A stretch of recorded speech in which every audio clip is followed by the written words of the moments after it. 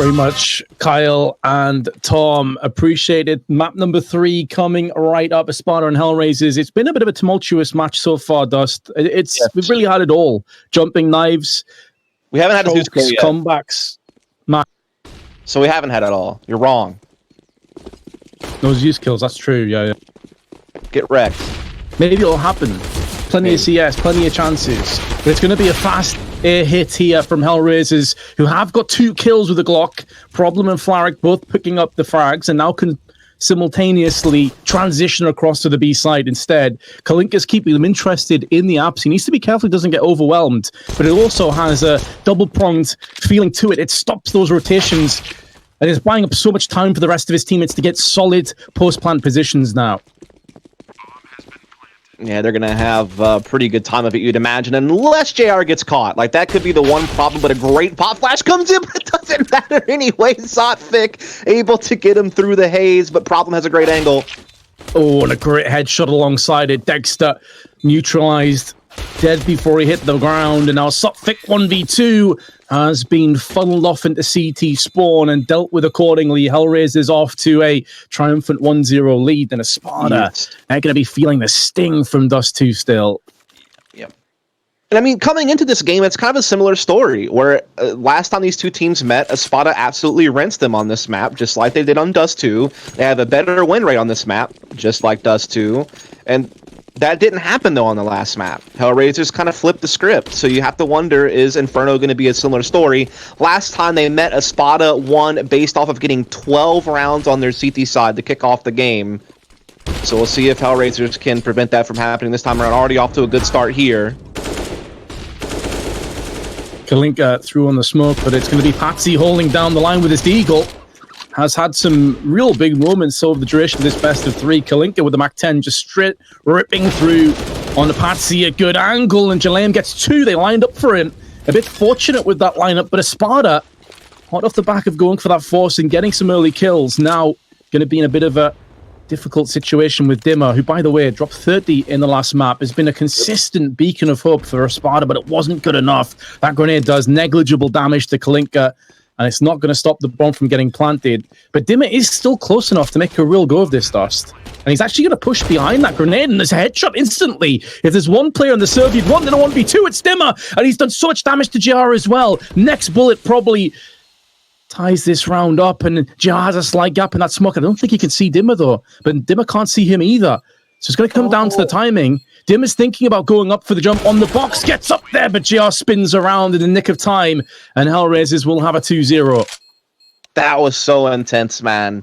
As you said, Dima has been playing absolutely fantastic Counter-Strike. He normally is kind of the second star to Dexter, the Scottie Pittman to Dexter's Michael Jordan, so to speak, but this series, he's actually been kind of the one doing the heavy lifting, as Dexter has really yet to kind of wake up, I feel like. And I mean, I think he did have a pretty solid train, but really didn't show up to Dust 2 whatsoever. Needs to come up here, and well, JR is going to get some stat padding on that one. Kind of a freebie round, as it was a full-on eco, to be fair, so not too much to be surprised about. But this next round is going to be very important. I don't even know that Dexter had an op on Dust 2, it's like ever. They just never had the economy for it. So the fact that he's going to be able to get it right away here on the CT side of Inferno hopefully means that we're going to see some more results out of him. I think I only remember him having it for 1 or 2 rounds. That's it, Dust. Yeah. So I mean, that's very sketchy considering it is pretty much the opposite paradise. On the CT side. Indeed. Good. Smoke's been put down, extinguishes the Molotov, and well, that's why we wanted to see more opening from Dexter. We know he's capable of landing those flicks, and straight away, ESPADA have the player advantage. Yeah, big pick to get. CIS region just has those players, man, like Shiro on Gamset Youngsters kind of being one of the other ones that people talk about. That's kind of an upcoming op talent. I think Balance from Spirit, also one that comes to mind. But either way, we're seeing some exchanges break out here at middle and lane, leaving ESPADA with the one-man advantage.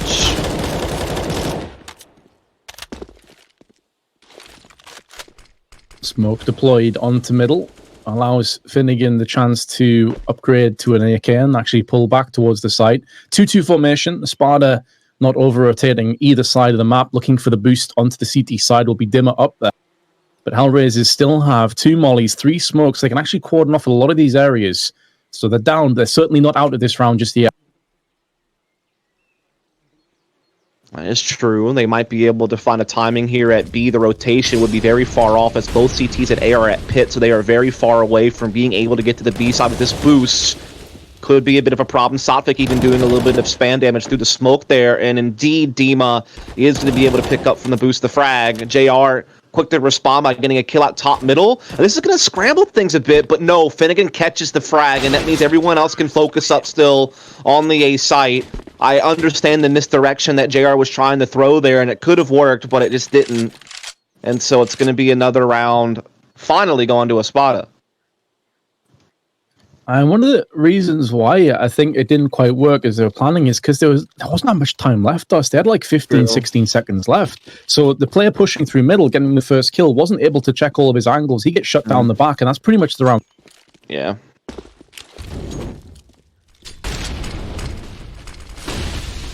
Flaric down to a deagle. Aggression on Banana. Established as Dexter stamps on Jalem and does not allow him any safe passage. There will be no prisoners taken today. But HellRaisers are able to at least muster up the strength to pick the bomb up and maybe try and transition toward. So both gun rounds so far, ESPADA have won the battle of Banana. Getting an opening pick and being able to fade back and to kind of just play standard from that. This time they're going to get a 4-man rotation to A before the bomb gets even anywhere near the site. And that pop flash was massive for Finnegan to collect 2 kills. Slick flash, beautiful spray transfer, and Sotfig, easy headshot. Flaric didn't actually look on to me. That's the power of the deagle, both the blessing and the curse of using a deagle. I just don't understand how it works, Dust. Like the recoil and the spray pattern just messes with my brain. So yeah, sometimes you line up the tasty 1D and sometimes you feel like you did and you just didn't. You get CSGO'd. This is truly where Flaric's journey ends, and it will be Dimmer that pushes him out of round 5. So 3-2.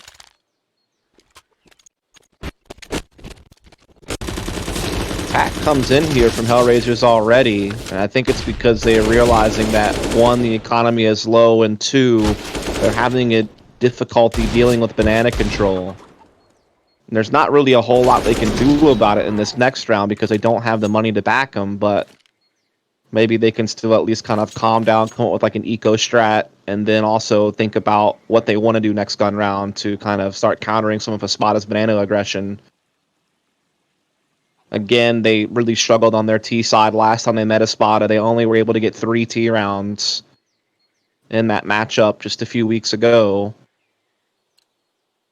They're already on pace to tie that. I'm sure they're going to do better. But this is going to be a full-out rock with your Glocks out kind of moment, Vince. The best kind of rocking. Well, actually, definitely not Glock sock in this game, but we'll believe. We'll believe some memes are about to take shape and not an absolute massacre, and it's going to be a massacre.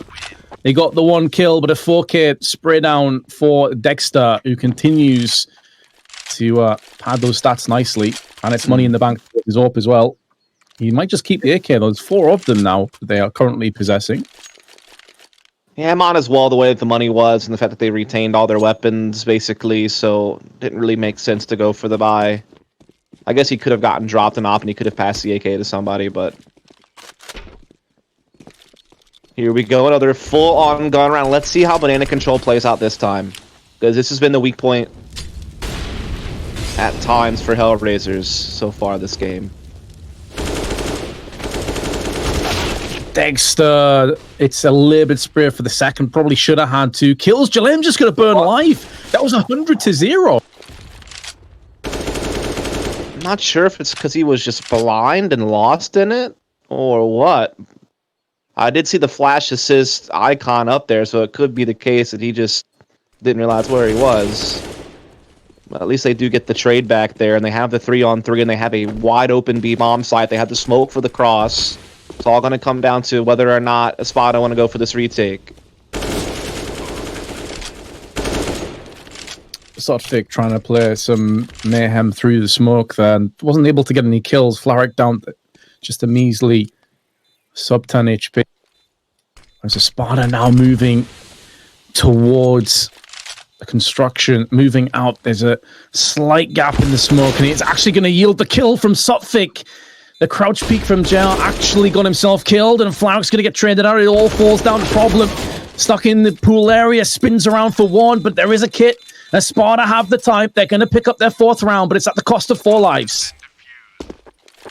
Brilliant retake there. You were a little bit worried when he took that initial prodding in the smoke before his teammates were in position to help him retake, but he was able to get away with that, and then they did form up together and do a great job sliding through the site. So it is going to be now 4 in a row for ESPADA, building up a strong CT side as they did last time they played against each other. HellRaisers still able to still buy up here, though it is a labored one. There's a Galil involved. Utility is limited. They've yet to prove that they can get a clean banana control going, which limits half of the way you can attack this map. It kind of force feeds you into middle and apartments, or having to make late B plays where you've already had a lot of clock burns. So it can really stress you out, I feel like, if you can't establish that at some point. I'll certainly be bouncing around the back of their minds, you'd think. It'll be one of those things that it turns from being a little doubt in the back of mind to a big monster that kind of just clouds all of your judgment. Problem Kalinka elsewhere, though, don't really care about Banana for the time being. They're just going to be impressing their will and forcing their will down on the A side. Short has fallen. Still one player perched at the back of the site is going to be Patsy. Already 1 kill goes his way, nearly a second. Kalinka tagged down to 39, but just about holds on. And now Dexter, who was on the B site, now going to try for the retake. You know, there's an M4 down in Arches. He's going to pick that one up. And is now looking for a wide swing in towards the library, but guesses wrong. The 50-50 goes against him. And Jolene will punish, and HellRaisers do pick up their 4th. That's got to feel good, because they know they just won a round. They ran against an A stack. You know, ESPADA had time and time again been able to feel confident leaving 1 player behind at B and doing these 4-man A plays, knowing that they're basically funneling HellRaisers into A executes, and they just brute force their way through it with some great dueling at middle. And if you can prove you can do that, you start forcing ESPADA to respect you a little bit differently.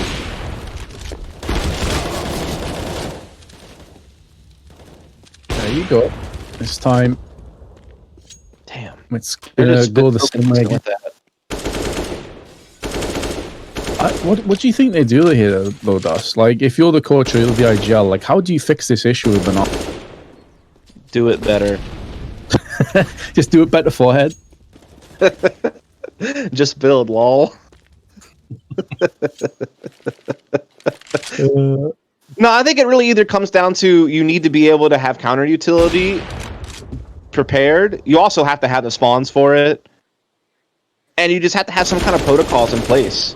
Which I don't know if they would have those prepared in practice. Or you could just do that. You could just say, screw Banana, let's just go up A and wreck everything as Problem's doing right now. He's already gotten the hat trick, and he's gotten full control of the site. The bomb hasn't made it over here just yet, though. It's actually still in transition in the apartments, but it doesn't matter. He's already done so much of the spot of just getting the hell out of there and saving 2 rifles. So that's the other solution, Vince. Just be like, screw it, go A. Or if you want me to make it funnier, go ahead, ask me the question again. So, Dust, how do you get control of Banana? What do you change? Rush A. Worth. To be fair, that's like viable, because if you know that they're triple stacking Banana early to like really get control of it and get that extra utility to hold you off, then the perfect play against that is a fast arch rush, because you just control that gap. Now, you have to be very confident to triple Banana play, because if you're wrong, then there could be, you know, putting you to a screeching halt, because someone could be Moto, someone could be Closet, someone could be Arch, or some combination of those 3. You could get thrown into a crossfire, and then, you know, your gamble's wrong, and you wind up losing the round because of it. So you have to be really confident in it, but it is definitely a counterplay that you will see teams probably throw in like once or twice a half, you know, especially if they're consistently getting shut down at Banana. It is truly a viable counterplay. But we'll just keep the knee, rush A. That's fine. That will be also like going back and forth this mental game of almost like CS chess, with ESPADA thinking, look, we're getting banana, but we're getting wrecked on A. Do we take one of those players away early on and put them on A instead? And then HellRaisers can maybe start to exploit the B banana weaknesses. It's a free kill though. Patsy just stuck out in the middle of nowhere. That looked really awkward. I mean, to be fair, you are an expert chess player, man, so you would know. Kappa.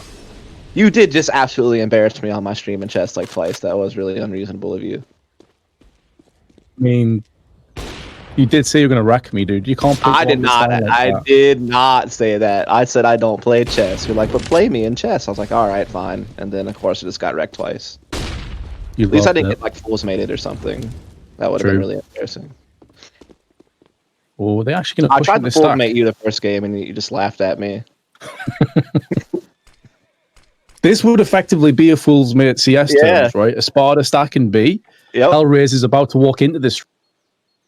You got 4 moves. 4 moves, 4 pieces of utility already tossed up. ESPADA now definitely staying in position, but Sophic runs out of position, and now Finnegan spraying down up from the perch. There's 2, there's a 3rd as well. And HellRaisers have enough time to actually pull the plug and go over to A, and that's why Kalink is moving out through middle. Are they really going to still stick on the whole B idea? No, they're not. So he is going to move across to A site, and now the bomb will transition. They have walked into the trap. They have definitely been punished, but it's not going to be the ultimate punishment likely of losing the round on top of it. That's so unfortunate for ESPADA, because they did so well on the initial B defense. It felt like, only for them to get robbed by a late op frag from JR, and the fact that Kalinka had called the audible to A. But it's that decisiveness that we've seen all series long that's important. Like, there's never really been a lot of, confusion or just not knowing what to do. It feels like once a decision's made, they do it together and they do it quickly. And even if it's not always the right call, if you're decisive and you're on the same page, you can still make it work. And that's what HellRaisers has done here these last couple of maps. And even, on their train T side, they proved to be able to, in the chaos, make really decisive mid-round reads and just kind of go with them and play together and be very successful on the attack. And it's starting to come to fruition here on Inferno as well. And that's despite the fact they've consistently been shut down banana early. That's been a constant problem for them, but they've still found a way to be 2 rounds ahead on the scoreboard through it all. Yeah, this whole clarity and chaos thing, really, it is entertaining to watch. You never quite know what to expect from HellRaisers here, and the same could be said for ESPADA on their T sides. It has just been, I think you likened it to 2 boxers just exchanging haymakers in the center of the ring. That's definitely how this best of 3 has felt to me throughout the duration. Banana control, again, is being established, but it's at the cost of 3 players over here and quite a bit of utility behind it. Oh, surprise JR commits to this Logs position. I'm assuming that was Jam, and he's been taken down. That was very risky to push like that. And this gives time for the ESPADA to rotate their CT players back over to A when the attack comes into lane, and Dexter's doing a great job holding the site. Dexter with another one. That should be things falling into place for ESPADA here on their CT side, at least for a 5th round. As Patsy goes walkies, he needs to be careful. If he gets caught out in the open like this, it could be a way back in for HellRaisers, but not going to happen. 4 players stacked over on A side. They are still keeping Dimmer, who is jumping back and forth on banana, gets that early warning system in play, and if they need to get Softfig out for a sweeper position, he is now moving through library. Yeah. And that's always the nightmare, is when you can't get early banana control and you've also given the CTs enough time to rotate back to A. So you're not finding that timing window that you'd need. If you can be just a little bit faster, then you could punish them, but they just didn't quite pull the trigger quick enough. And on top of that, I'm surprised Yam committed to that Logs position, knowing that he was basically by himself and how they've been playing B consistently. I feel like he just kind of gave his life away for free there. And to be fair, he is one of the more inexperienced players on the server. Not much previous experience before coming over to this HellRaisers team. And so a couple of cracks forming there Despite the fact this has so far still been a pretty decent T side from HellRaisers, the thing is, though, a lot of that was off of winning pistol. They haven't consistently won gun rounds yet. And so that's still one like small worry, though. I mean, if they can just get like one more round, they'll still feel in pretty good shape if they have a good enough CT side to back them up. ESPADA's the one that's feeling pressured. You know, you've already lost dust to a map that you were locked to win after having stolen train away from HellRaisers. And now here on Inferno, another map where you were heavily favored, you're finding yourself behind. So let's see here. Next gun round is now coming into play. It really goes to show that online CS is a hell of a drug. You can never quite know which way it's going to spiral. Smokes out early on for banana control one more time. This time HellRaisers aren't really going to bite down too hard on this. Maybe allow ESPADA to throw their utility out and retake banana later on in the round. Oh, and they're nearly chunk and jar. I actually thought I was going to hit him for at least 50% of his HP. Wasn't the case, but still feeling. White swing from Dexter with the AK-47 has been doing so much work. Typically going to have the AWP and typically going to be one of those very flick-centric AWPers, but just showing that with the AK-47, he's just as prolific, just as powerful. Oh no, Finnegan. Is he going to get checked? He will, and there's no counteractive play either. His teammate kind of left him hanging there. Sotfik, I think, was supposed to peek from arches, but decided better of it. So it's a free.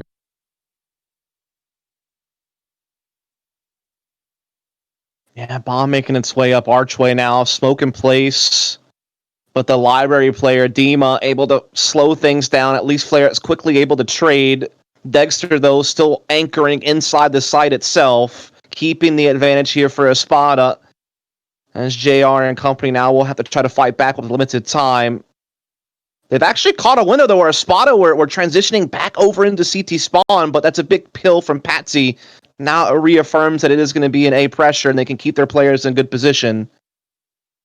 And Patsy will finish it off and tie up the game. So ESPADA, on the CT side, now that the guns have come into play, they have really been making this a competitive game.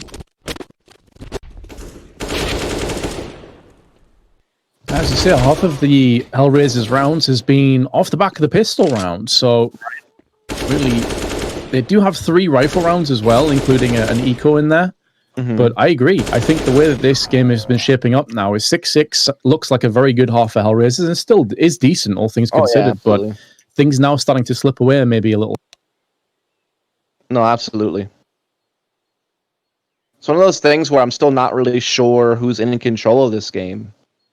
You know, it's one of those things where, like you said, HellRaisers so far have a pretty good T side rolling out, but it's really been relying on pistol. And then ESPADA, I feel like their recovery has been nice in the hat. They had that really good 4-round run. I think that stretch of 3 rounds HellRaisers got a little bit ago is probably the big difference maker on stopping ESPADA from just dominating the half. It's kept HellRaisers in the game. And now these final couple of rounds are going to really be huge. ESPADA didn't really have to do anything on T side last time these two teams played against each other to win. They didn't have to rely on the attack. Now they have it.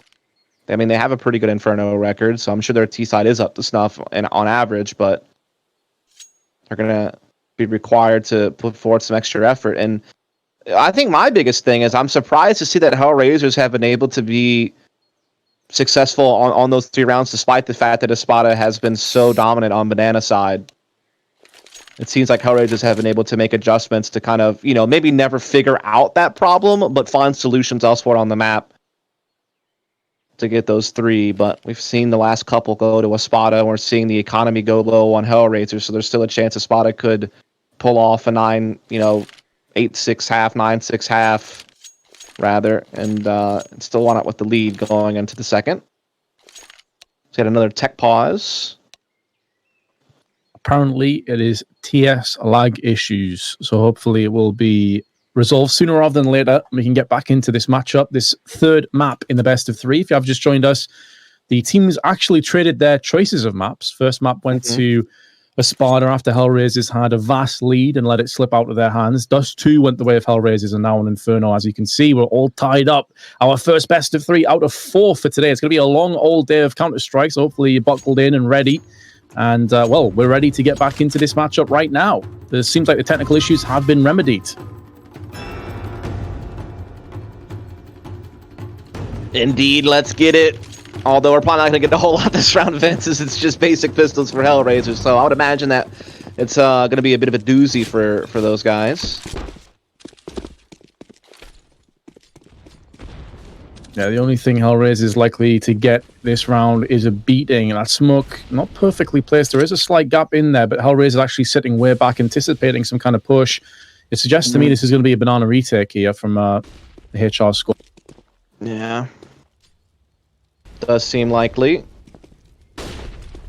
Do see them plowing in now at the pistols, but just the positioning of ESPADA is too good and the firepower too superior. Doesn't look like they're going to lose anything on this, and that was kind of the expected result, to be fair.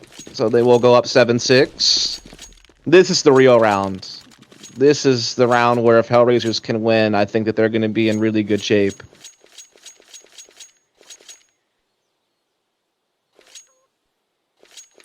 This is definitely a huge moment in this best of 3.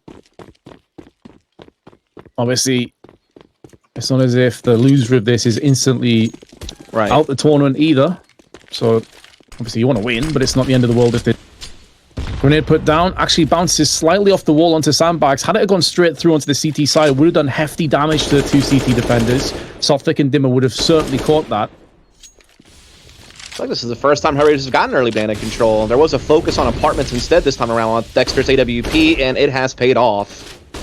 That prompts HellRaisers to pull the trigger on banana more and more, but the counter utility's actually been doing a great job here holding them off, but they still get the entry.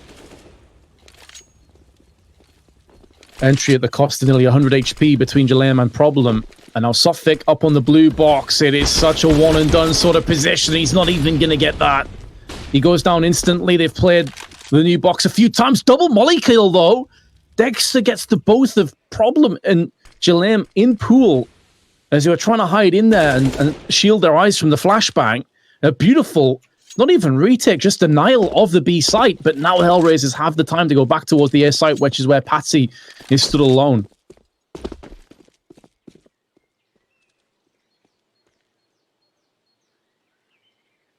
To get tested just yet, and there's enough time now that the ESPADA realize that this rotation could be coming into fruition. They are going to send a second player of their own in the form of Dexter.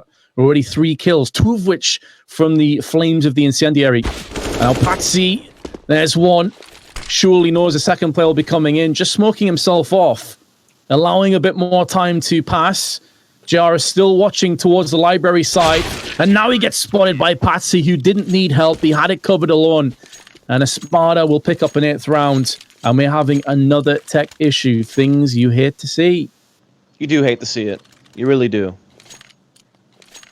But luckily for us, a lot of the time it's fixed up pretty quickly. So hopefully that continues to be the case. It's been a great series so far, Vince. I will say that. Had a lot of excitement, a lot of cool plays, a lot of close games as well, if we're honest. Some surprising results, some upsets, jumping knife frags. I mean, really had it all.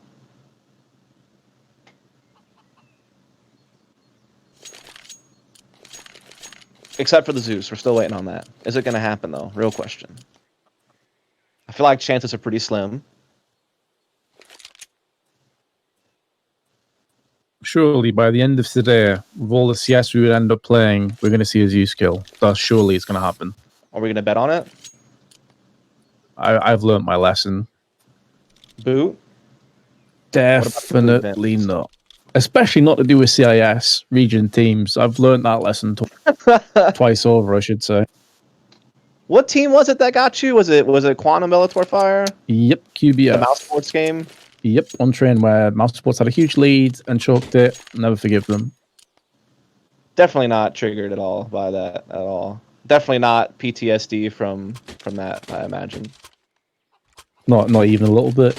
Copped out the chocolate boot though, of course. So easy clap. Bad, man.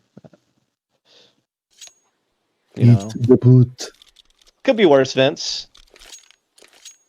Could have Yole noobed it. Of course, he never actually said that. That's the best part. It wasn't even you. I'm glad I can laugh about it now. But years ago, it wasn't as funny. But I've worked a long way from there, Vince. Anyway, we got one more round left to go here in this first half, but we're having to wait to do it because we've had a player disconnect here from ESPADA. Need to get him back online. Get back in here. I don't think that works, does it? All I understand is something about backup, and that's it. So I assume they're asking for a backup, like there's some kind of issue that happened at the start of the round. So Misspy came in or something. Okay. I would try to read the chat and see what's going on, but a little bit of a language barrier issue there. Just a tad. Just a tad. For those of you coming in expecting to see fours against Crazy, obviously that will be our next best of 3 on the stream. It's just a little bit pushed back because we've had all the maps in our first best of 3 and a lot of rounds as well, and obviously a lot of tech issues. We had the full 30 on the first map, I know that. Yep. Last map, I can't remember exactly, but it was Like decent amount of 16, rounds. Yeah, so we played a lot of CS. Oh yeah, and by the way, we have 3 best of 3s to go today. Still after this, it's gonna be a marathon, my man. But we're in this together, me and you, like brothers in arms. Indeed, it's going to be a lot of Counter-Strike. So if you guys at home have not much else planned, and let's be honest, right now there's not much else going on, by all means join us for a lot of CIS action. Plenty to play for as well, of course. Like at the end of the day, this tournament means a great deal for these teams. The Closed Qualifiers, the Clutch Island WePlay event, which obviously further down the line can have huge ramifications for some of these teams. No, absolutely. It's for RMR points, and I think there's 5 slots for the CIS region for the major, but it also depends on where you're going to start at, right? Because you could either, get a legend spot if you have high enough RMR points for the region, but it could also put yourself in a situation where you have to play in an earlier stage instead. So it really is very important to try to get those points. So I think for CIS, there's 2 legend spots available, 1 challenger spot, and 2 contender spots. And it all comes down to RMR points at the end, which we've already had 1 event take place to get those regional points. And based on that, we kind of already seen teams like Spirit and company already do pretty well. Navi actually a little bit lackluster, and there's a lot of points up for grabs in this event. First place, 2,000 points. So I think right now in the CIS, it's Hard, Legion, and Spirit at the top of the board. BP, Windstrike, and then Navi. So those 5 teams, if they were to stay like that, would be the 5 teams moving on. Teams like Namiga and Gambit Youngsters are right on the edge, but a team like Fours, who is in this stage, are actually quite far behind. They're currently tied for 9th place, so they need to get a lot of points out of this to try to get themselves in one of those top 5 positions to be at the next major. Because there is this, and then there's the Autumn Series a little bit later on this year. That will be how we decide things. And then obviously there's deductions for roster moves and stuff you have to worry about as well, which Navi already took a pretty big hit on that.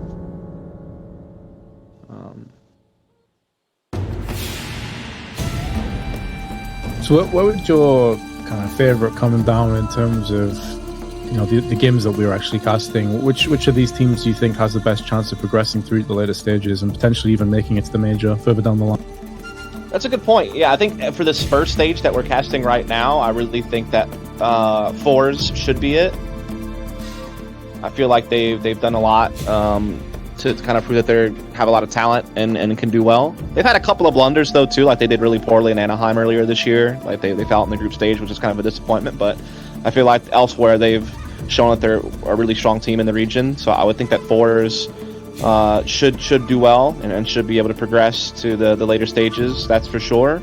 I feel like Gambit youngsters at times have shown a little bit of something. They definitely have some talent. Someone like Shiro, then Axel is also a pretty good player. So I feel like they have a little bit of talent, and they've had a couple of results here and there that were interesting. So I think that they actually have a chance to maybe make a little bit of noise in Group B as well. From this group, it's a bit up in the air, to be honest, but I would think it's like whoever wins this series, and then Namiga probably would be the other team that likely moves on, I would think, just based on recent results. Yeah, I'd probably go alongside that as well. I mean, speaking of Namiga, they did beat Moscow 5 Academy 2-1. That game has finished. Which, I mean, I'm pretty sure Moscow 5 Academy, were pretty much like the heavy underdogs in this group. Would that be fair statements? Like, they were like a brand new team, basically. They were essentially a brand new team, so definitely the underdog. Surprised it even went 3 maps, to be honest.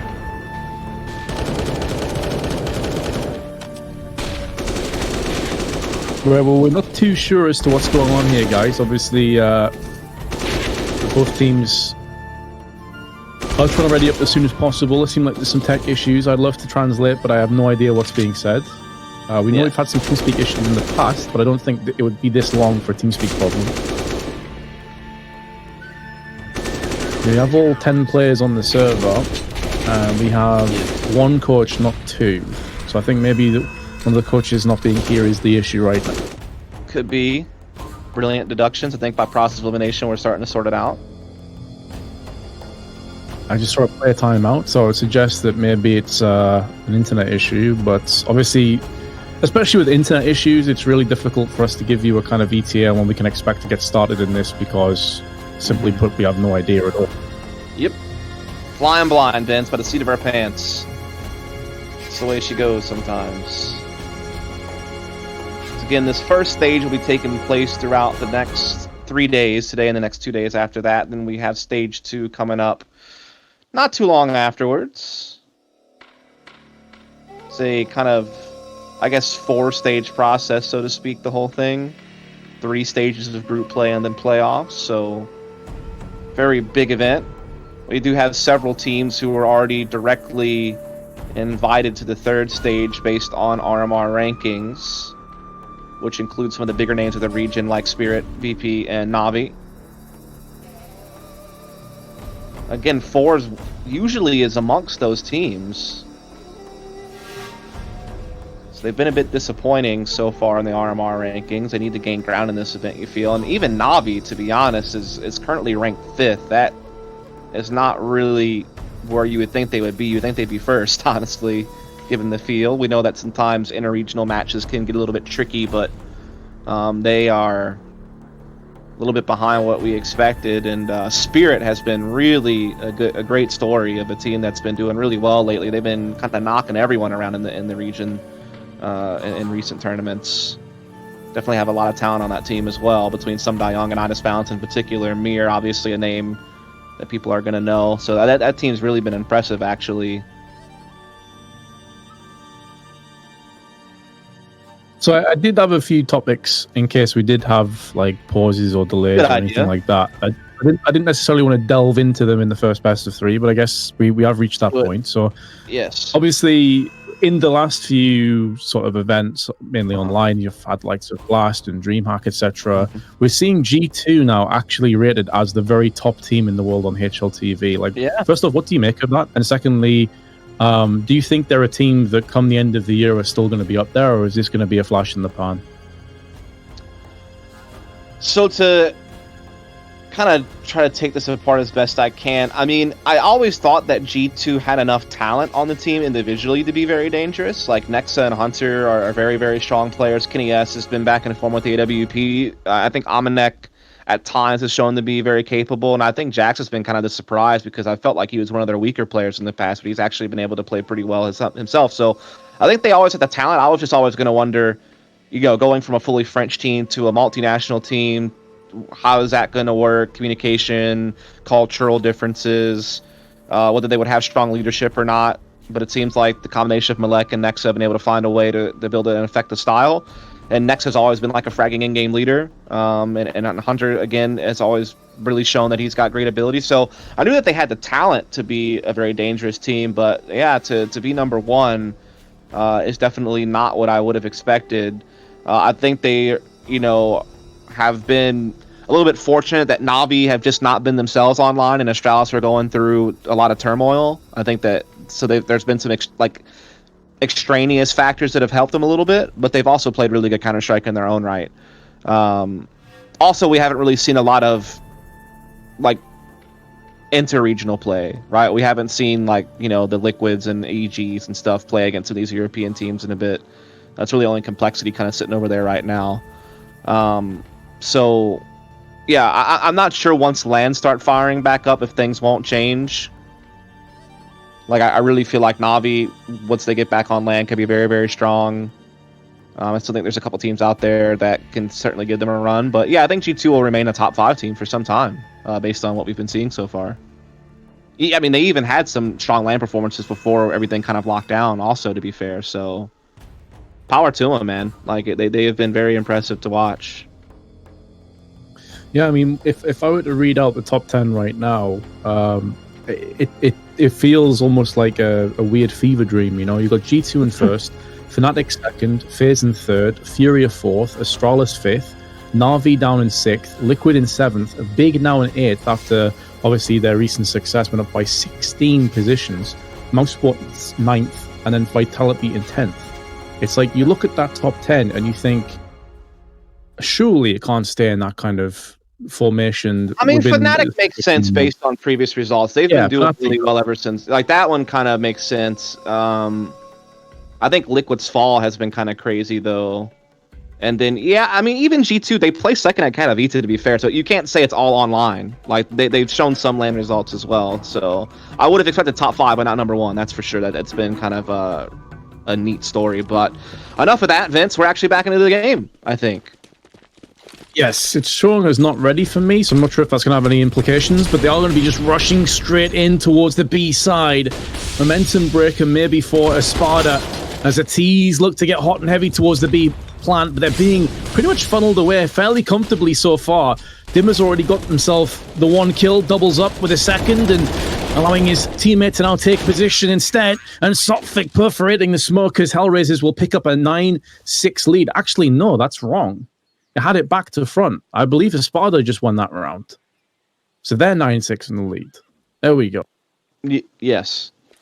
The UI thing bugged for me for a second. Now it's fixed. Now it's fixed.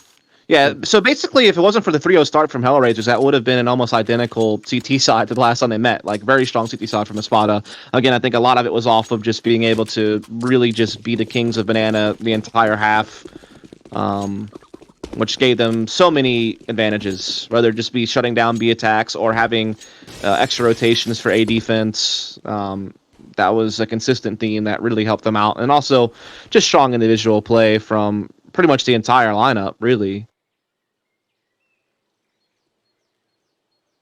Dexter finally got going, I think, is a kind of a big storyline out of the half as well. Yeah, pretty much for the first time in this best of 3. Finnegan aggression into second middle where JR was trying to flank round the back of the T's, but he has been punished and put down. There are still some Julies on the battlefield in the hands of Problem.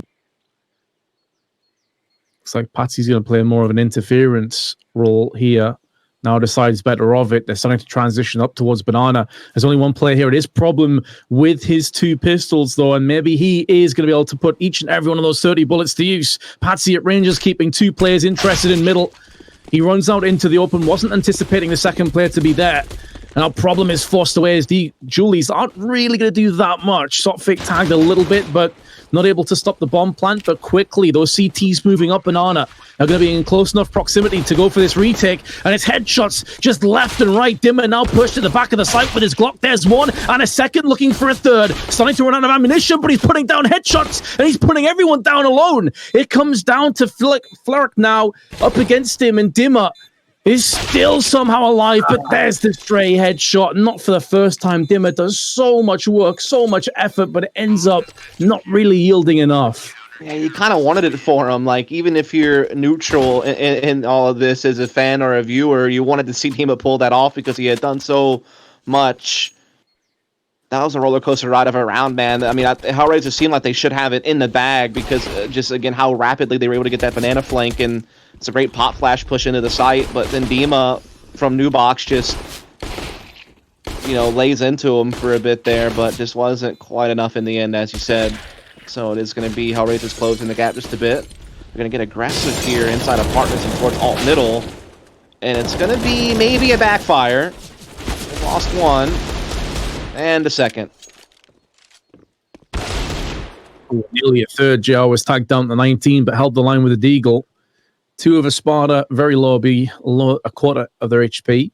And Sotfik waiting for a potential banana push. Problem is down there, but he's using the cubby as his safety net right now. Another scrappy round. Another round where a lot of action kicks off in the first 15, 20 seconds. Then things start to die down to a simmer. Big 2 kills for Kalinka. Minimal damage exchanged on the way out. And Dexter has actually moved through, but he has been heard now from JR, and he has been put down with authority. So HellRaisers is losing 2 players early on. Feared the worst for them, but they have managed to recover. Yeah, that looked like that was going to backfire pretty badly when that apartment's aggression went south, but JR able to hold on with the Deagle at Boiler, and the rest of the team around him able to muster it up, and so they will put themselves in strong position now to tie this thing 9-all, considering ESPADA are just on the pistols.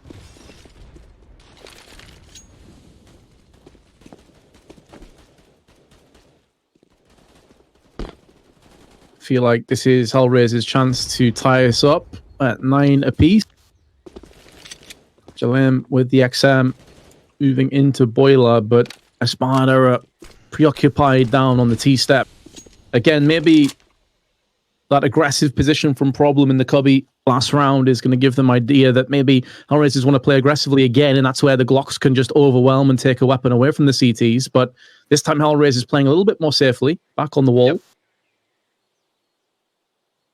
Spawn are setting up for like a late pop flash push into Banana. They do have the 1 smoke for CT spawn and coffins, and maybe 1 flash to throw over into the site to try to see if they can't blind a couple of CTs and get a bomb plant out of this, but it's all just going to come down to timing and positioning, and that utility from Problem is going to be a real problem. Slows everything down from ESPADA, who are still kind of just tied up here in the middle of Banana. And now they have to worry about clearing out sandbags and such. Okay. Pure timing on that. P250 comes back in, but that Molotov stops them from being able to rush down on the site, allowing safe passage for Flaric and also a rotation around the back, which is going to be Jalem. So whichever way you spin this, ESPADA in real trouble. FAMAS spray is good, and there's the XM rattling heads from behind. 9-9, we are all even. I feel like this is just kind of a summation of the whole series that we get to on 9-9 on map 3. It's been a tight race all the way through. A lot of chaos, a lot of scrappy fights, a trading of haymakers each and every time, and it all comes down to a final few rounds to determine who will win the series overall.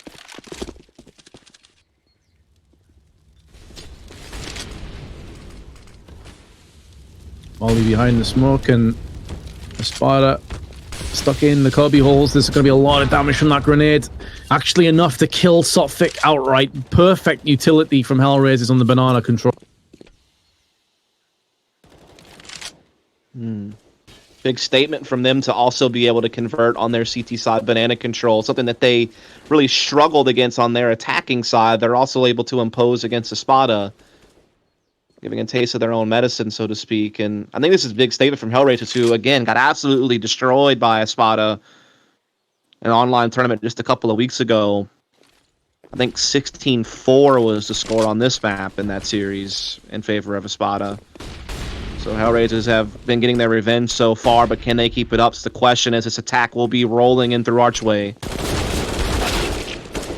And that snowball is picking up pace. HellRaisers still have the player advantage, but positionally they are out on their feet. You can see that JR is in a lot of trouble here. He's trying to play a different angle. This somewhat keeps his back covered. It's not really an angle you're typically going to peek, and so therefore maybe he can get that first kill. But he turns away, giving the control across to the aggressors, and now the headshot from Dexter should put the final piece of the puzzle into place, but there are two separate angles. They line up for Kalinka. He wasn't too far off and spraying them both down. And now Dimmer, one-on-one, up against Flaric. He's going to have to try and bypass some utility. Tagged up from the grenade, 10 seconds, but the Molotov keeps him in position. Well played from Dimmer. Is it going to be a lightning headshot delivered in? He knows where Dimmer is. He's tagging him slightly, but Dimmer goes for the wide peak and gets the kill and gets ESPADA back into winning ways. Really well done by Dima. Just kind of, having the information that Flaric was on that flank. They had known that from pretty early on when their T-Stairs player got caught. And so he was able to use his utility effectively to safely plant the bomb, and then just comes down to a 1v1 duel, and Dima has really been on point this series. He's been a consistent force for ESPADA. Puts them back on top of the scoreboard, 10-9. Money's still there for HellRaisers to get some type of buy going. They're getting aggressive, but Dexter, great shot there. Puts a damper on things for HellRaisers for sure.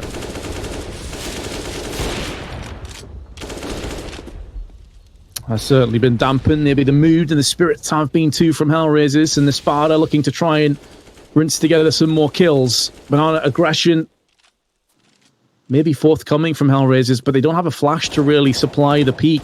Kalinka just goes in slowly past the smoke, but it's going to be a freebie to Dimmer, who just plays it patiently. I can understand Kalinka wanted information, but maybe that wasn't the time. That puts a lot of pressure on the rest of his teammates, and Sophics going to find the next. Flaric able to get the kill on Finnegan, at least over towards apartments, to try to maybe work towards a comeback in this round, but they still have so much ground left to cover.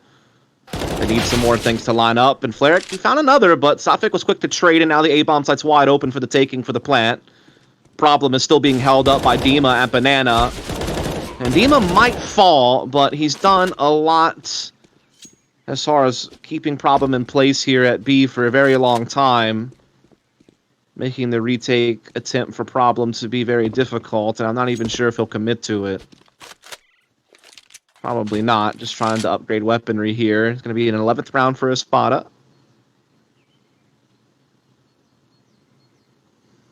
11th round is certainly looking likely, especially as Problem has no interest in even trying to go for this. AK-47 would be a worthwhile save, but the rest of his teammates pretty much going to be working on nothing. So ESPADA, after another rough start to the round, I do feel as if HellRaisers, and correct me if I'm wrong here, Dust, but have they won every single pistol round in this best of 3? I think they have. I know they won both last map. Won both this map, and I'm pretty sure they done train as well. Yeah, I'm not 100% sure on train. You might be right.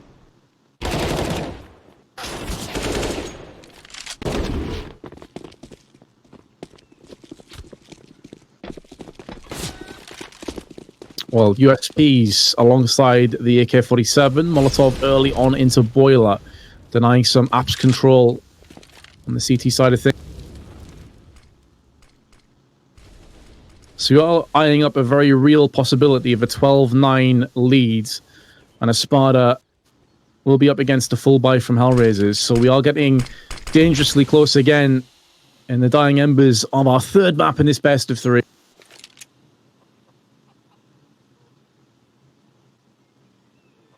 Yeah, this one should be all ESPADAs, you'd have to imagine, though there is at least a good rotation from HellRaisers to be. They're all going to be likely in the right place at the right time if this bomb does take up, but now they're being found out by Finnegan and Dima.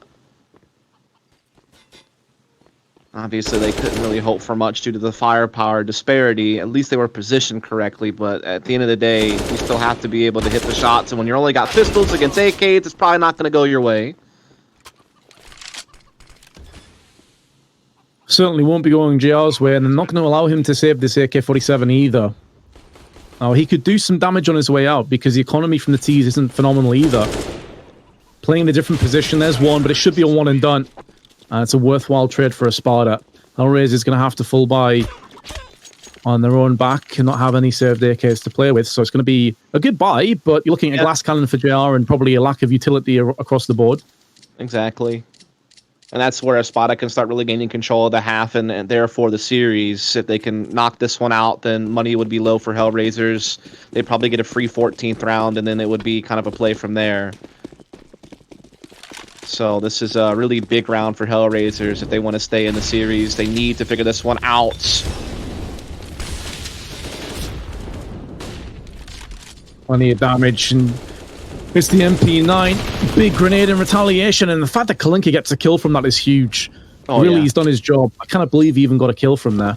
Exactly. I mean, I was right on the same wavelength as you there. I thought he was done for much easier than that, but as you said, he was able to get one on his way out. A quick boost comes in as well. Dima does clear out JR, though, very nicely, so that makes the boost have to have even more weight on its shoulders of being successful to stop this from happening.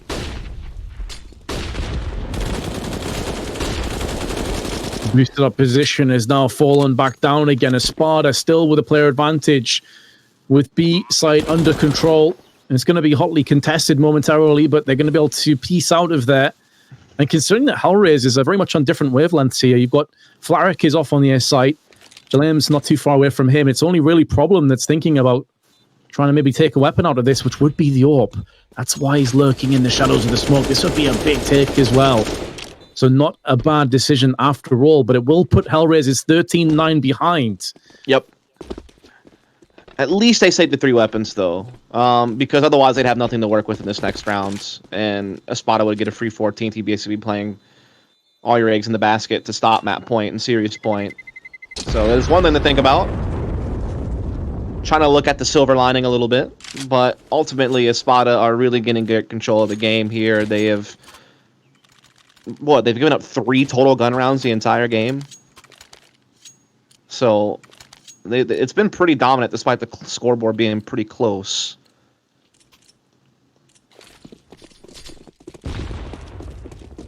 Yeah, that is true. It has been really the tail of the tape for these two teams on the best of 3. Many times we've seen these 6-1, 6-2 kind of leads, but plenty of retakes and defusals in amongst that. Yeah. Oh, what is this? The T's are just pushed straight past the 2 CT players. Were they flashed? What the hell was that? ESPADA? That looks so dodgy. Yeah, a little bit of carelessness on their way to the finish line is going to maybe be costly here. Unless they can recover it somehow. They weren't even able to capitalize that they had that player Molotov and Closet. He was able to escape. And now they peak in unison between Moto and the Archway and find 2 more kills. It might be a flawless victory for HellRaisers. When it's all said and done, it's just Dexter with DWP now trying to scamper away and save. And with so much time left on the clock, he could get chased down. But I do imagine HellRaisers would be very cautious about doing so, given their money situation. They probably don't want to throw away any bodies, so it may just, sit like this for a while. So you might have 45 seconds to burn here, Vince, because I don't see a whole lot probably happening in this round after this. That's kind of crazy how that all played out, really. Yeah, because you think if you push up middle, you're definitely checking the close angles, like the alcove and the tight left positions from the T's perspective. Right. Now, I can only assume that it was a perfect time flashbang that just destroyed them. Yeah. Because if not, then that is huge oversight on the T's side of. Yeah, given benefit of the doubt, I didn't quite catch it, so I'm not 100% sure myself. Either way, it's given new life to HellRaisers, who were really up against the wall. Gives them a little bit more breathing room.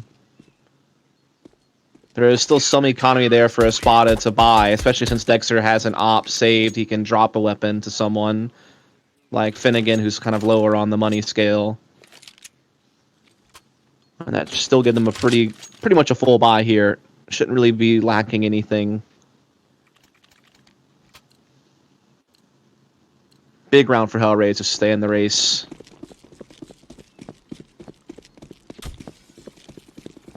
Oh yeah. They've managed to dodge one bullet, but there's plenty more in the magazine from ESPADA. Grenades up early on. That's a chunk of a grenade as well. Kalinka and Jalem are kind of blocking each other and both taking damage. Kalinka definitely worse for wear in that encounter. Going to keep 3 players on B as a result of that early nade damage. Additionally, yeah. Which might not be a bad idea because ESPADA are certainly loading up here at Banana, including the bomb carrier. In fact, their one player that wasn't here is now also on his way. So I think this B defense is going to be right where it needs to be. Sofik with 2 and a third as well through the smoke. He's going to pounce onto Jalem. Huge passage of play from Sofik. They're going to switch the weapons over, giving him the AWP. And now Finnegan. Not a great smoke put down, but he's not going to get punished for it. And HellRaisers is trying to save again, and JR is a bit too slow on the draw. He actually is going to get punished with a grenade, knocking him down to 50. And additionally, Patsy's still alive on 100% HP. And he will go down. So that miss in middle was very, very integral for HellRaisers' chances of saving not just the AWP, but potentially this M4 as well. It's a labored spray, but Flaric is going to survive. Oh, that grenade. But that grenade... What? Or perhaps not up to 2 HP. Somehow, somewhere, he's still standing, but now he's been finished. I just can't believe... maybe you can help me understand. It seems so weird how many awkward positions they got caught in that Banana.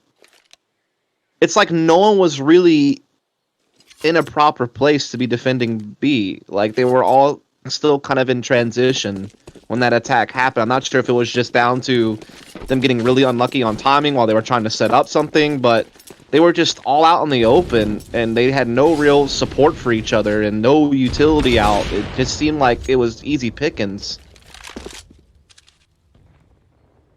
Definitely a feeling of not being on the same wavelength on HellRaisers, and it's certainly not an ideal time for that to start crumbling.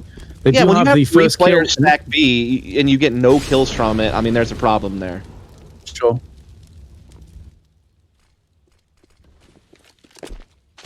Tossing away the AK-47. The double ups have already yielded 1 kill from Kalinka. Oh, but they're actually going to rotate over a third player from A to B, and now the A site is in the targets, in the crosshairs of a spot. Yeah, it's all going to come down to timing, whether or not that rotation gets back to A or not. It's going to be an apartments play, too. The one thing is it's a pit graveyard defense, which is actually pretty good for an apartment spill out. And they spill out in a different direction, though. They don't go straight into pit. They drop onto hay bales instead, and JR is holding the line, albeit with 22 HP to his name. And oh, what a shot from Patsy! No scoping him down. And now Dexter tripsing over what remains of his teammates, and not really much hope for him to get anything done. Sprayed down on the cross. HellRaisers do pick up an 11th, a very good hold, especially from JR there from pits. They're keeping it together, HellRaisers. They're just holding on. They were over the cliff. Their fingers were on the edge, but now they're pulled themselves back up. ESPADA, money is kind of all over the place, really, so they decide to go ahead and take a bit of a save here, that they do get some deagles out in play. But this should be a great chance for HellRaisers with the double op set up to close some distance on the scoreboard. Get themselves back into a place where a comeback could be a possibility. We've certainly seen our fair share of comebacks in this series, both ways. Yeah, that's a good point to mention. If you only caught the first map and you just rejoined us, you think that HellRaisers were the only choke merchants in this game, but actually both teams have gone that way so far on this best of... Now, ESPADA with Deagles playing this one fairly smart. I mean, you could see a world in where they go for more of an investment on a few of these players, down to $4,000, $3,000. decided against it. They have full confidence they can get this done, and JR baited out from the jumping across play, goes back in for second, throws down a flashbang, allows him safe passage to the back of the site. There's 3 players down here, but they're actually going to go for the wraparound. 3 from ESPADA, going to be moving through the CT spawn, and now Problem has spotted the bomb, and Kalinka is laying it down towards CT spawn. This should be the round tied up nicely. And now it all falls down to Dimmer, who is going to be trying to go for the long con round into the ruins. But in terms of the final destination, it should be falling its way to HellRaisers fairly comfortably. Yeah, it was a good thought by ESPADA to go for the mid-B split. The problem is the bomb carrier got caught at Banana. If the bomb carrier had been in CT spawn, I think that could have played out a little bit differently, or at least it would have been a bit more jarring for HellRaisers, but they made a good decision to kind of just push Banana together, make sure that they had control of that. Even if they give up sight, they kind of locked down one end of that, and the end they locked down was the end that had the bomb. So kind of got themselves out of a tricky situation, and even with that, ESPADA still don't get a really good full buy. They have 2 Galils in play.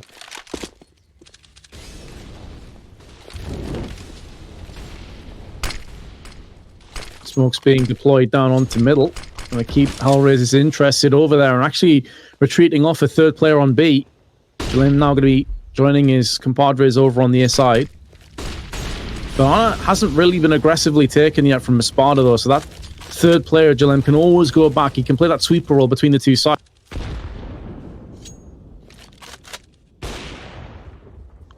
He's kind of in that in-between state, as you mentioned. I'm sure he'll just go wherever first sound is heard, spam through the smoke there from Problem, forces a response. He gets some damage out of it as well. This will give that 3rd man the cue to put himself in position at B side. Incendiary coming in as well, right as the smokes were pouring into the site, so this is great timing of the counter utility here from HellRaisers, but it looks like ESPADA will brute force their way through. Brute force, definitely not too much nuance to this, but if they can land headshots, it's not going to matter. They're coming up worse for wear, though, in these trades. They are being battered down. It's been easy pickings for HellRaisers. And Dexter now stuck in pool, may very well drown momentarily. His AK-47, his trusty companion, damage inflicted, but he will go down without too much of a fight. A 3K for Kalinka, and HellRaisers draw it back 14-13. And here we go, Vince. I feel like we're going to go the full 30 again because it's going to have to be a save from ESPADA, which means HellRaisers has a great chance to go to 14 themselves, and then it'll all come down to just the final couple of rounds to determine whether we need overtime or whether a team will win by the skin of their teeth. So we do see a Tech-9 and a Deagle come out here for Finnegan and Patsy, and that's going to be it for ESPADA. HellRaisers should be licking their chops right now for a 14th round. They know that it's right there in front of them for the taking. They have done well here, winning 4 of the last 5 rounds to have quite the recovery.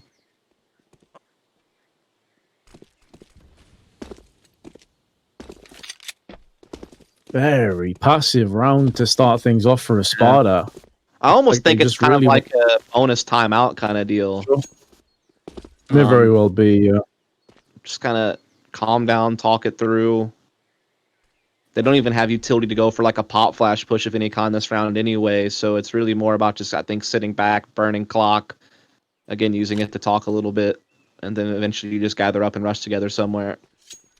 Yeah, I think it's like a trifecta here, Dust. Like, use it as a timeout, see if you can expend some of HellRaisers', grenades by just sitting back, and if HellRaisers go aggressively and look for information, maybe you can kill one, get a weapon, and use that against them. But HellRaisers, to be fair to them, they've used minimal grenades and they're still holding on to a bunch of them, 35 seconds to go, and they haven't been outpositioned either. They've taken banana control. They know exactly what's coming up.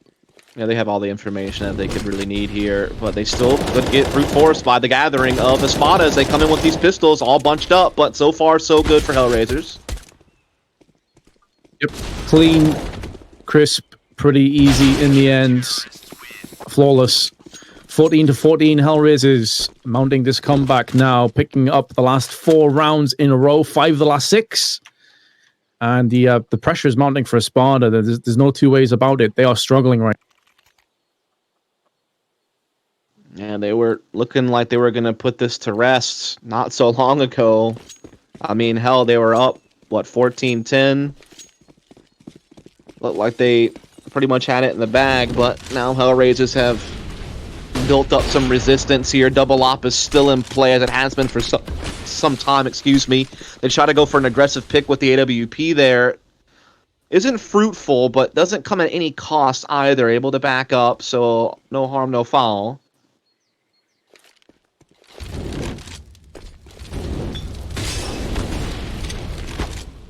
It's interesting that this best of 3 started so aggressively, and now it's really simmered down. Really started to get a lot more tentative rounds. The players seemingly not quite as sure about their purposeful pushes. The clarity and chaos seems to be a thing of the past, and now Jalem holding the pit. They're moving through Molotovs, the utilities doing all the damage, and now the AK sprays from Finnick, who spins around and perforates the smoke for the second kill. Sophic is looking in the pit. They don't realize that player's actually moved back out again. It's Flurick. He stood out in the open. He's going to try and deal with some of these players, but 2 kills go the way of Sophic. And that should be all she wrote for this round. Kalinka stuck in pit with an AWP. Far from ideal weaponry. Well, pardon me, it was actually one of the T's that was stuck in pit with the AWP. It's Kalinka moving through short, but he's been dealt with accordingly. And ESPADA have a match point. Finally have a chance to put this best of 3 to bed. Man, Flurick did his damnedest there maneuvering around that pit smoke, but just got caught, and just good trading from ESPADA. Particularly Finnegan catching kind of a spam kill at Moto through the smoke, I think was that extra kill that really tipped it over. And now it's all going to come down to this overtime or ESPADA win by the closest of margins. But we have a tech pause coming in here right at the beginning of the round, asking for a stop here at the beginning. Fun. Top quality at that. Why are you doing me like this? We're right here at the end. Yeah. Well, all the players have agreed. Really killing the climax, guys. Like, this is, you know, all the tension, how close the game is, the drama of it all. And then they're like, nah, false start. Apparently, there is going to be a backup. Yep. So I'm not too sure what the issue is. Not either. Maybe someone lagged out and just we haven't seen him drop from the server yet, or some type of coach issue again, as we've seen a couple of times. Not really sure.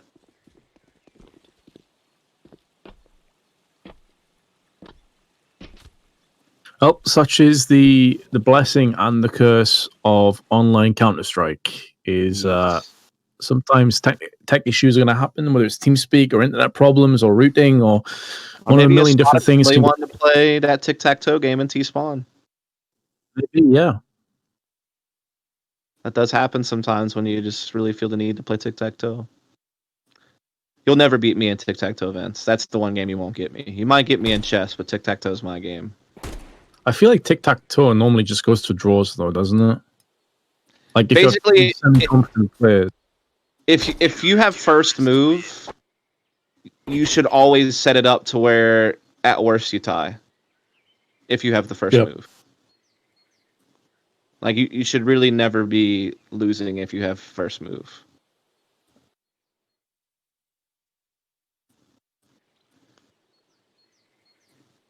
I'm trying to remember what we were talking about last time. Top 10, wasn't it? Yeah. With G2 and Fnatic, etc. Okay, let me divert a little bit, because it seems like it's gone live, but no one's bought anything, so I don't think that's the case at all. It says 15-15. Do not be alarmed, guys. That is not the score. It is 15-14. They still need to play that 30th round. It may very well end up being overtime, but we haven't got to that point yet. Nope. Astralis Dust, a team that this time last year, maybe not even last year, just this time not too long ago, were ridiculously powerful, on top of the world for Counter-Strike, de facto best team in the world. How things have changed. Yes. So, where are you going with that? What's happened? Well, apparently the org's in shambles. A big report from Richard Lewis came out yesterday about all that. Players are burnt out. Seems to be financial woes with the organization. They're grabbing extra players. Seems like there's a lot of internal drama that is affecting what we actually see on the server and what roster they field in tournaments. The thing is, like, all great teams do eventually come to an end, but I feel the way that Astralis is ending is no fault of their own, really. I feel like there's a lot of external factors that are impacting that team, and I honestly wouldn't be surprised if you don't see them airlifted out of that organization into a new one, and then maybe they can focus back on Counter-Strike and all that. But I think it also does generate the idea that we need to have a discussion about the calendar and about having proper player breaks and about, you know, teams being a little bit smarter and players working with their organizations to make sure that they kind of be selective about the tournaments that they attend and the gaps between, and give themselves proper time for rest and practice and all that stuff. Because, like, I mean, we're different than traditional sports, right? They have off seasons. We don't. I also imagine their days are not nearly as long as ours are. So when it comes to practice time and match time and all that stuff, how long you spend away from home, I think it's just kind of the start of a bigger conversation that we have to have about how we do scheduling. Yeah, I think the other thing as well is you know, from our perspective, obviously we can compare some of the travel days and the events and things of that nature. If you're at the top level, you're doing all the events, so pretty much all of them. But also, in terms of performance, it's like, as a commentator, it's quite a subjective thing whether someone likes you or not. There isn't a stats-based thing, you know, like how good someone is as a caster. As a player, there is. Like, there's plenty of statistical information out there. If you're not performing, it's going to have way more stress and impact on you as a person and affect your other elements of your life. So I can understand why burnout happens. I can definitely understand it. And these players go through a huge amount of stress. Like, don't get it twisted. They really do. Yeah, I mean, I think that really what needs to happen once we get through the COVID situation is that top professional teams should not have to worry about playing online, first and foremost. Second, I feel like they should be focusing on only having to play like maybe 1 or 2 LANs a month at most. And then you can still fill the time with other tournaments for, like, you know, the next 10 or 15 teams in the rankings, you know. Like, you have your elite tournaments that have your top, you know, 10 to 15 teams in the world that take place once a month or so, maybe twice a month max. And then you have the other weeks of the month filled by, you know, your tier 2, if you want to call it that, events for up and coming teams. And that way the schedule is a little bit more balanced for everyone. More time to not have to worry about traveling and stuff.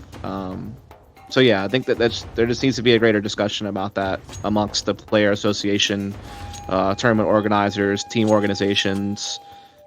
Because obviously for the TOs and for the team organizations, you want to maximize the amount of exposure that you have, as far as how many content hours you're putting out as a TO, and then as a team owner, how much exposure that your roster gets. So it's in your best interest to see things played a lot.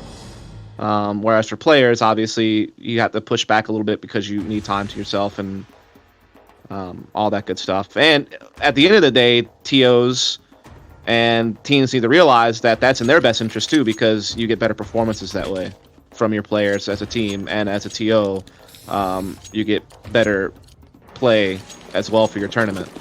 So I don't know, maybe we'll get there one day, but I guess now we can get back into the focus of this game.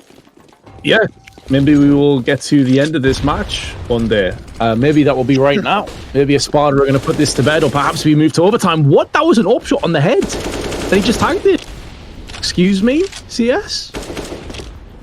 How is Dimmer still alive? I cannot believe that. Must have slightly went through the wall first of tunnel. That's the only thing I can think of as well. So early damage exchange, but HellRaisers coming out on top overall, as 2 players from ESPADA are severely weakened, and only JR, who is an opper at that, softened up for his team.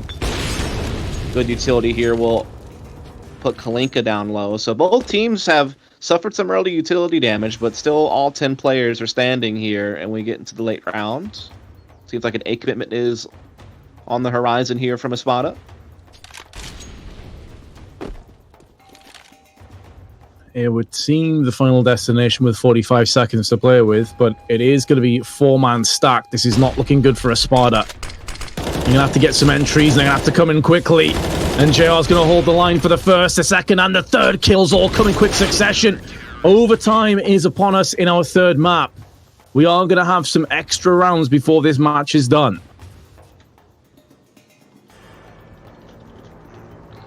Well, Vince, we heard you like Counter-Strike, so we're going to give you more Counter-Strike with your Counter-Strike so you can watch Counter-Strike with all the Counter-Strike. That's not exactly how that meme goes, but I think it still got the message across.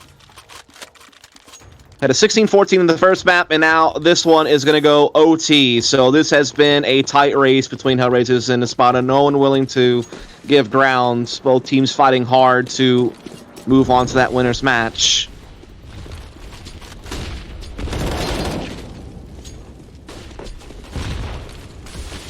Well, problem.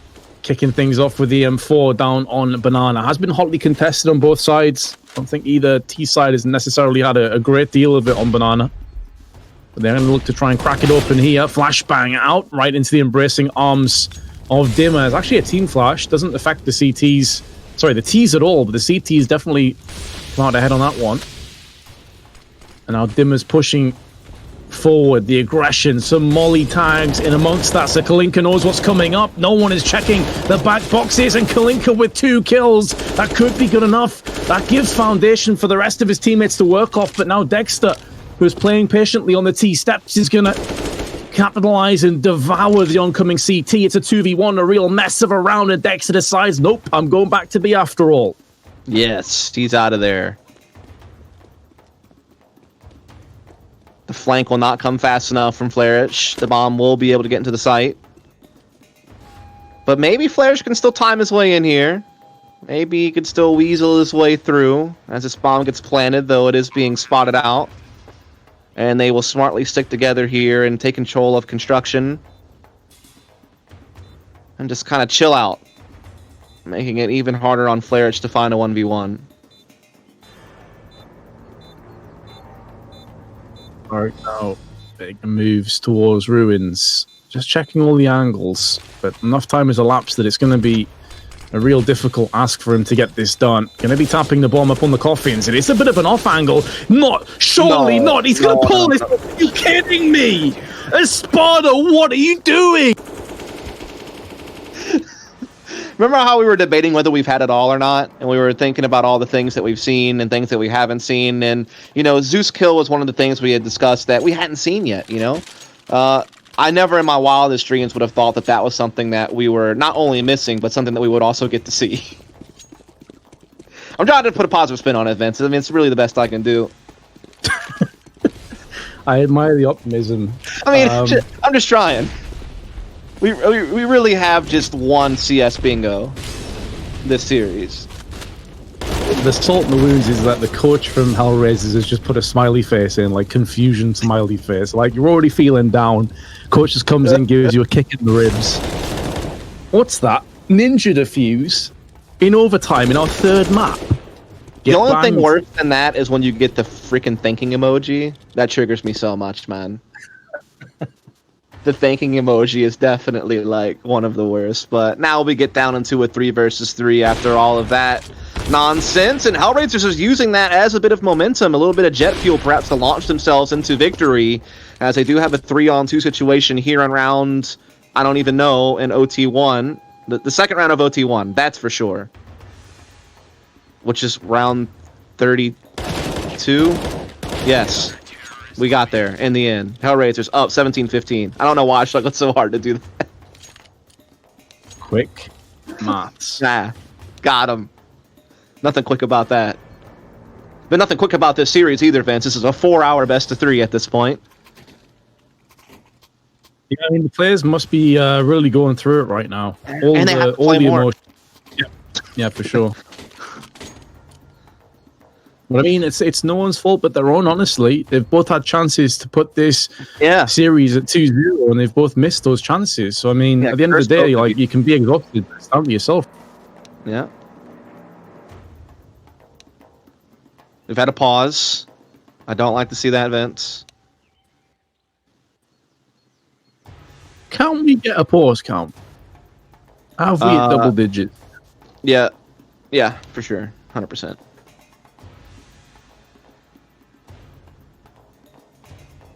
Definitely.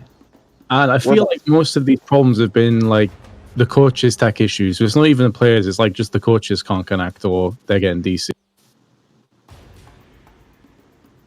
No coaches. That's my solution. Obviously kidding, of course, but it is unfortunate.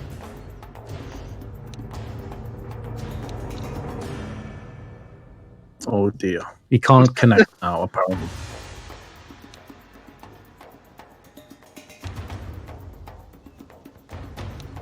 Apparently other teams said same. Well, I think it's only fair, right? If neither team has coaches, that's fine then, right?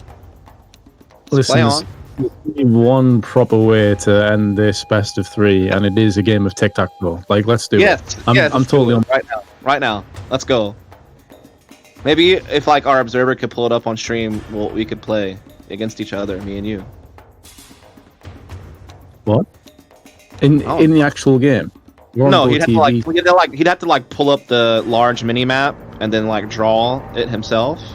If like our producer observer can actually hear us, and then would just like pick the squares verbally, and then he could draw it for us, and then we could actually play each other tic-tac-toe on stream. For who wins this game, that would be a bit unreasonable. We're like, so I represent ESPADA, you represent HellRaisers. Let's go. Therefore, you lose. Well, you see what happened was casters played tic-tac-toe. No, I just want to play tic-tac-toe against you just for funsies. Nothing to do with the game, but I don't think we're there. Dude got some banging stats on stream though. I do like this UI. The whole theme of this stream has been sick, dude. The whole Clutch Island thing. They've really grasped it. Like the analyst test tech looks amazing. Oh yeah, dude, it looks great. I'm gonna build a beach in my room for tomorrow when we get on cams. Build a beach in your room? Yeah, I'm just gonna like fill it with sand and like. Girlfriend will definitely love that. I was gonna say, like, he might want to run that past your girlfriend. Just walks into your room, there's just a beach in there. So, yeah, I've got some explaining to do. It's like, I mean, you have a green screen, so you could just like fake it. Easy. I could, but if we're doing like actual summertime where we live, for me, it's still like the Arctic Circle. So for me, I'd still be showing up with a hoodie, you know, and basically like the sun only appears where I live like twice a year. We've already had both those days this. There you go. See, I'm in the complete opposite, dude. It's like the Amazon rainforest where I live, just like 100% humidity. Like, sounds grim. Just I hate humidity so much. High 90s Fahrenheit, which in Celsius I have no idea. It's probably like 30 something. I don't know. I'm guessing. It's a high 30s, I'd imagine. Yeah. So just straight wrecked every day. I feel like it's the humidity though that plays the worst because like dry heat you can at least escape to a degree, but humidity just follows you. Yeah, it's like you're trying to breathe, but it's breathing in like almost like the viscosity of water instead of air. And you just like sweat after like a minute and a half outside.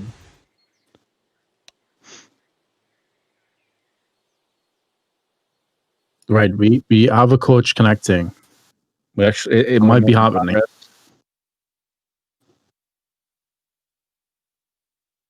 I wonder what the record for the longest best of 3 in Counter-Strike history was. Like rounds? Just like time from beginning to end. Oh, yeah, I have no idea. I know I casted the longest best of 3 that was only 2 maps. Because we had the first map go into, I think, 6 or 7 overtimes, and the second map went into like 3 or 4 overtimes. So it's like the longest 2-0 in history. I actually casted that. Remember, I casted. It was the one time I've actually duoed with Anders at an event, so you can imagine all the memes. But it was in Romania, which was super hot to start off with, and it was during summer, and like inside the venue, it must have been like 40 degrees Celsius. It was brutal, and we ended up having some game that went on like 4 or 5 overtimes, and we were both dead by the end of that. It was unreal. This sounds like a movie I want to watch. Yeah, there's no plumber at you the door. And Anders in 40-degree weather next to each other. Sign me up. Sign me up. I think at one point we were even asking if we could have like frozen peas or something, so we could just put our feet on frozen peas. Because you get a lot of heat from your feet. You lose a lot of heat from your feet. Yeah. I get what you're saying. Yeah, for sure. But I'm just like mentally picturing like you and Anders just like slowly but surely shedding clothing next to each other in 40-degree heat. It's got me. You made this a lot more erotic than I was hoping for. Right? But okay, yeah, sure. Some people might be. That's a fan fiction that's been written already. Don't you worry. You just got to get on Tumblr. You'll be able to find that. So basically, we're waiting on the backup now that we've got the coaches back into the server. If you're wanting to know what's going on. So we should be hopefully getting back into this here pretty soon. Hopefully being the keyword. Soon being the dream that we all wish to achieve. Yes, absolutely. By the way, as a reminder, we do have a few more best of threes going on today as well. Yep. So, and we have 2 streams simultaneously as well. So there's plenty of. So there might actually be an active game going on the second channel. Just add a 2 at the end of the EN on this link, and it'll get you to another channel where I believe it's Mitch and Dinko are casting over there. They're having a good old time. So show them some love too. Gambit Youngsters right now on the second stream, which is 8-7. So show them some love. Good dudes, good lads.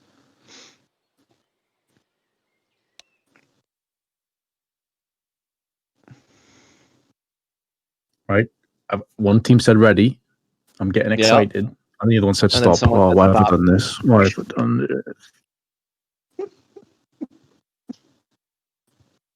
I can't believe I've done this. Yeah. So, do you have any other topics on your notepad that you had prepared for situations like this that we can get to? The thing is, do I want to deplete all of them in the first best of 3? I mean, there's always interacting with Twitch chat, which is always. That's how far it's gone, is it? All right, boys. Podcast Ask us anything. It's the famous final words. All right, they said good luck, have fun, let's go. All right, yeah, let's go. Let's do it. Woo! Here we go. This is it. This is it. This is it. Countdown. I believe. Countdown. Surely it's gonna happen. Yes. Yes. Kalinka. It's gonna be the 27 kills. Never mind. I'm not gonna say it. Nope. Not gonna curse. Go. Cast. Jeez, give up. Cast. Play-by-play. Go. Action. Right. ESPADA straight up into Banana. They did actually go for really aggressive players after the pause last time, so they tried it again. JR has been wrecked down to 19.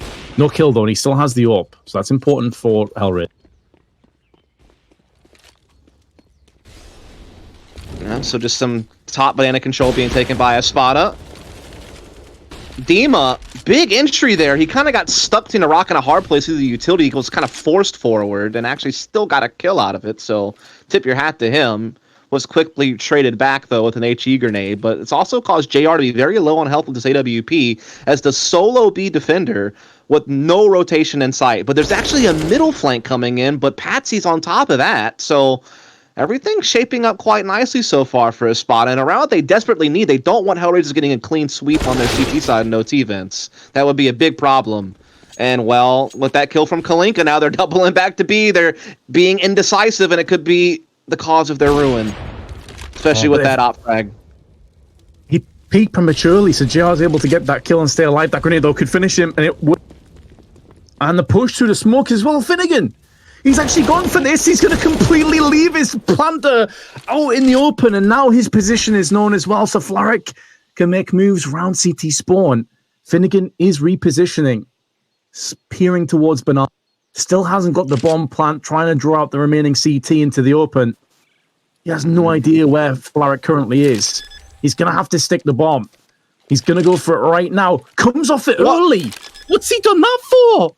He's came off the bomb early. No. He hasn't been punished, though. Oh, that could have been really dicey. At least Flairic's like eliminating half of the angles he has to check. He knows that this guy has to be construction or back right corner. The thing is, though, Flaric has an incendiary. He has 2 flashbangs. If he tosses the incendiary into Shadow, it's all over. Yeah. This round's done. Does he use any of his utility? He uses none of it. Not a single grenade was seen that day. It's going to be 17-16. Like, I get there's part logic where you don't want to give your position away by throwing it, but the other logic is that you watch the left side the entire time after the plant, so you know that he's not left side of sight or went to Banana. The only place he could be is pool, dark corner, or in ruins. So when you come through ruins, if you just eliminate half of your options by throwing the incendiary in dark corner, if he's not there, great, you know he's pool. Or maybe you got timing and he ran the new box as you were in construction. I don't know. Like, definitely wish he would have used his utility there. But it's always hard to fault someone in a 1v1, especially when this much CS has been played.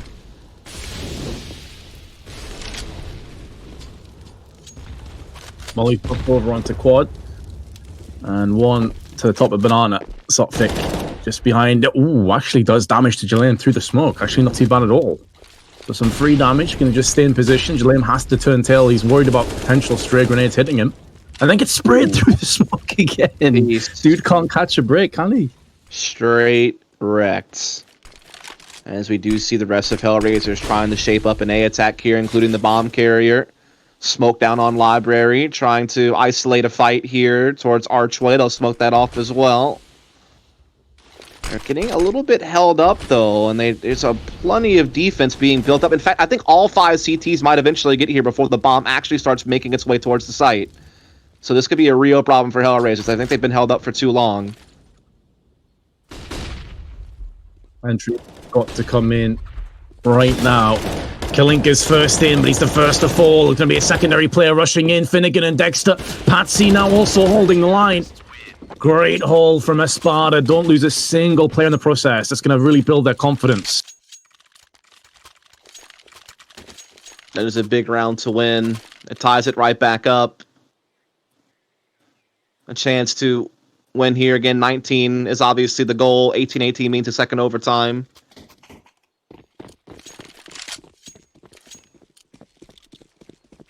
And HellRaisers again just got held up for way too long there. Just a big rotation from ESPADA. You're just basically running your head into a brick wall at that point.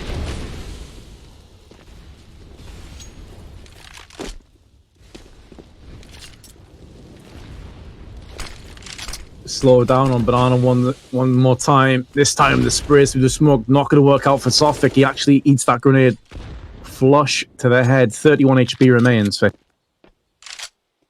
haven't made moves up on arches though here, Dust. They've actually got a lot of ground, the 2T. And they're catching the CTs. They had no idea.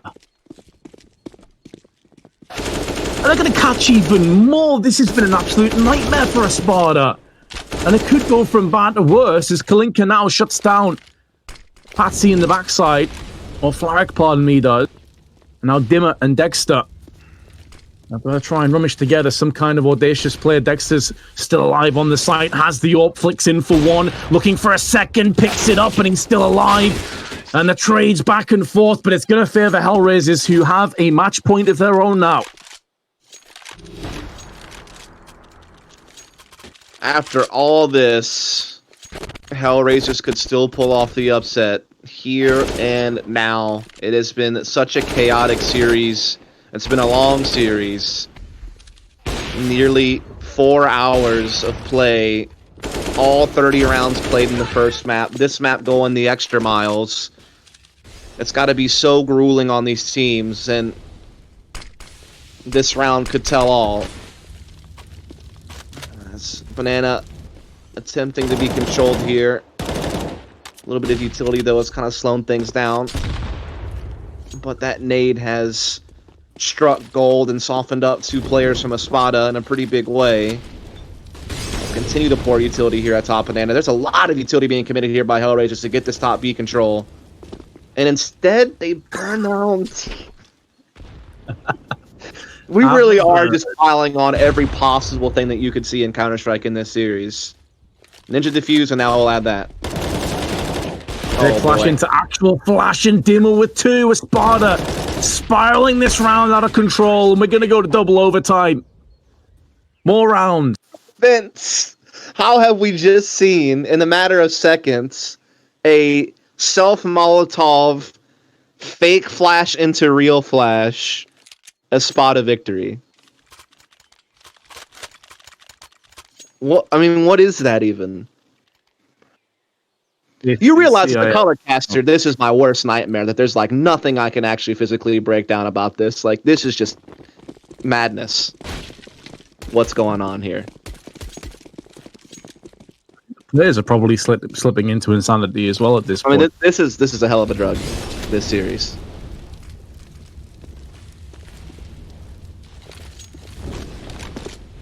Well, here we go. HellRaisers, at this point, you can pretty much throw the strap book or any sort of preordained players out there.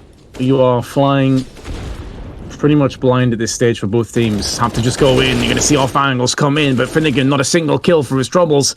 Patsy up on the balcony with 1, drops back down again, is tagged up heavily in the process. It's looking good for HellRaisers, at least in this round. And it's just gone a little bit better. A Sophic pushes to smoke into Jalem, who will not miss his chance. So 4-on-2, HellRaisers should be taking this B-bomb site, no problemo, I think is the correct terminology. Dima, though, has been able to find one through the smoke, but still a great chance for HellRaisers to close out here. They should still be firmly in the driver's seat. Dima certainly trying to be a nuisance here in this smoke, but after that first frag, he's yet to strike anything else. In fact, now he's been stamped out, so this should be going the way of the HellRaisers, as Patsy will save the AWP on the opposite side. 19th round will go to HR. A race to 22 rounds is now the new goal. 21-21 could mean a third overtime, Vince. It certainly could. And I wouldn't put it against that happening here, to be honest. The teams are very close to each other. Very little. I mean, you know, in theory, a CS game can last forever. There is no definitive end to overtime rules. True. I do think there eventually should be like a rule change, though. Like, if it gets to 10 overtimes, then you play rock, paper, scissors or something. Yeah, but imagine how utterly ruined you'd be if you just played the 10 overtimes and you lose that rock, paper, scissors. Yeah, that is true. Or something kind of like, you know, football has like a penalty shootout, you know, so something like that. It's like one-on-ones in an arena map or something. I don't know. This is a tactical timeout. Yes. Not a technical. So this is feels. This is that's the feels good. It's the last, though, I think. Last tactical that they have at their disposal. Might as well use it.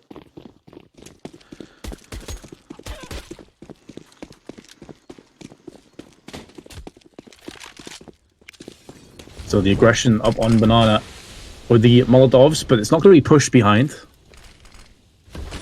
HellRaisers deciding that they would like to play a little bit more passively, which has been a bit of a recurring theme on both sides of the coin, honestly, on T-side. We've seen a couple of rapid B hits, but it's typically been greeted by grenades and Molotovs and spray through the smoke. And again, it's Jalem on the receive again, not for the first time. It was him that got wrecked by it last time as well. You got to feel bad.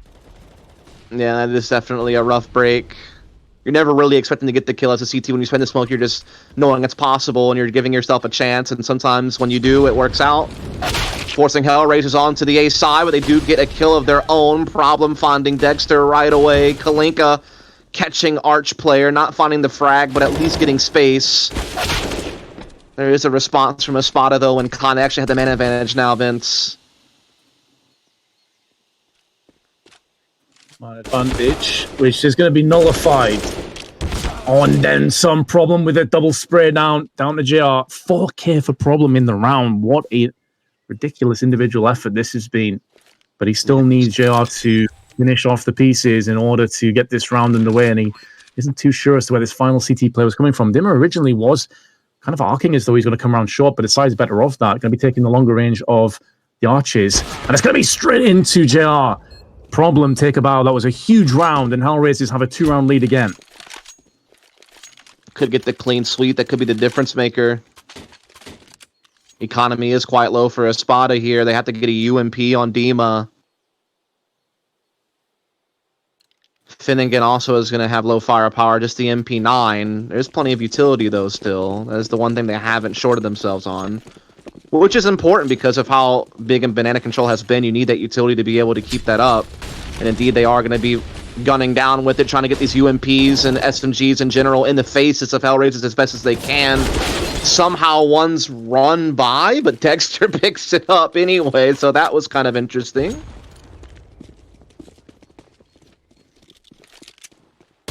Well, you mentioned clean sweep. They're going to have to come back from a 4-5 deficit. If that's going to happen. 3-player stack in the middle. Smokes over towards Arches and Library. Patsy, though, is going to be undeterred by that. Molotov has been planted down. Stops the push. There's another one lined up from Dexter. Delaying a little bit longer.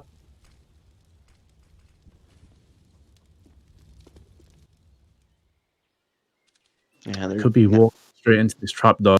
Exactly. I mean, this stack is right at the right place. They're even going to go for aggressive on the crossfire at bracket, something we really haven't seen yet, to be honest, Vince. There hasn't been a lot of that. Most teams have been content to sit back Library, Archway, which is kind of typical for the map. It can sometimes be risky going for the late, crossfires at brackets, but the timing works out perfectly there for ESPADA. Great shot through Archway, though, for Kalinka. Kalinka continues as he finds Patsy as well, gets it into a winnable 2v3. They're still on the back foot, but now they have some outs. They have some ways to still sweep the half. If they can just put these last few together, this could be a 2-on-2 on the A site. Time low. Yeah. They're almost faking as if they've gone back to B, hoping to catch a rotation. Won't be happening, and there's the jumping MP9 kill at the end. So ESPADA will not get clean swept. Instead, it's 2019, 22, the number they're both vying for. And again, very much an even affair.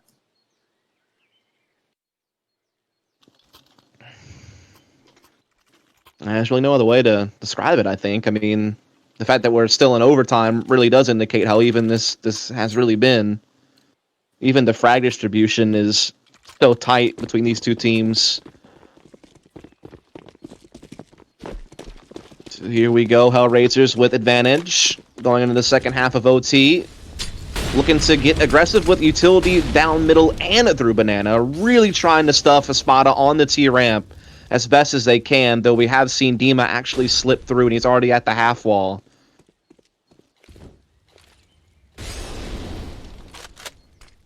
That's a good point. A lot of utility was put down to stop this very push, and they've not been able to do it.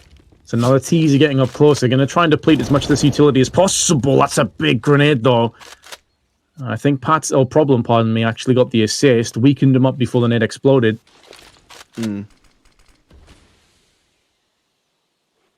Certainly a big kill to get. ESPADA now has to work even harder. Otherwise, HellRaisers will go to map and series point. As they have a few remaining pieces of utility here to put onto this B-bomb site. It seems like they are going to be firmly committed to this as well. There are two in the back towards New Box. I think there might even be a boost involved in it.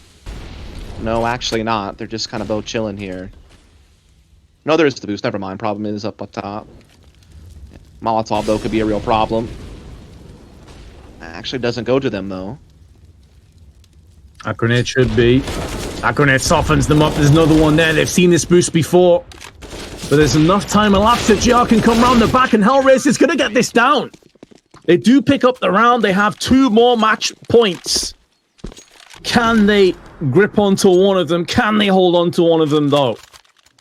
I like how they use their utility there.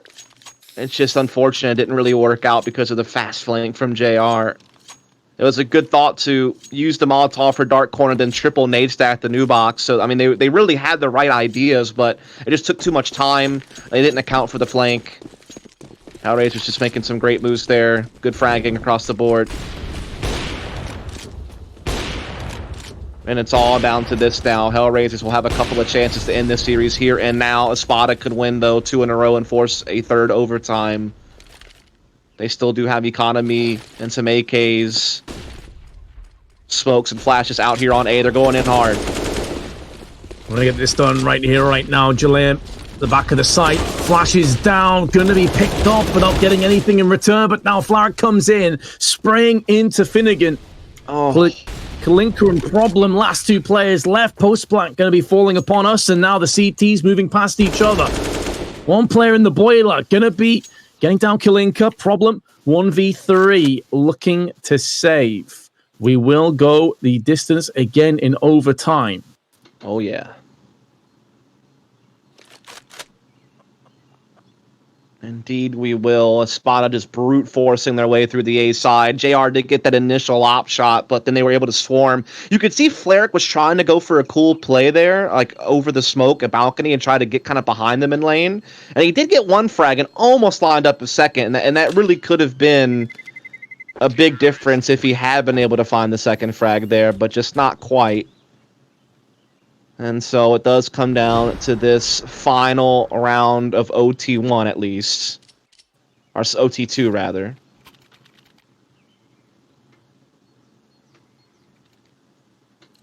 Maybe not of the game though, Vince. That's the thing. Could be a third overtime around the corner. And the way things have played out, I wouldn't put it past it. Would definitely go with how the general pattern of this match is. Yes. Flowed so far. It's a big grenade. Actually doesn't do as much damage to Problem as I thought. Kind of leaps back and takes a bit less damage. Grenades now coming out onto Banana. Problem stacking in there, waiting for a flashbang into Peak. Kalinka with his M4. Gonna get grenaded more than likely. Softened up. Here's the Molotov afterwards. The gamble, the stack has not paid off. And ESPADA now looking to force their will over onto the B side. Aggression. JR does get the no-scope, but it's not going to be enough to stop the push. And now Jalem and Flaric have got to try and retake this 2v4. Otherwise, it's going to be another overtime. Grenade onto the CT side. Going to do very little. Flaric looking to try and push. Jalem, meanwhile, going to be congregating together.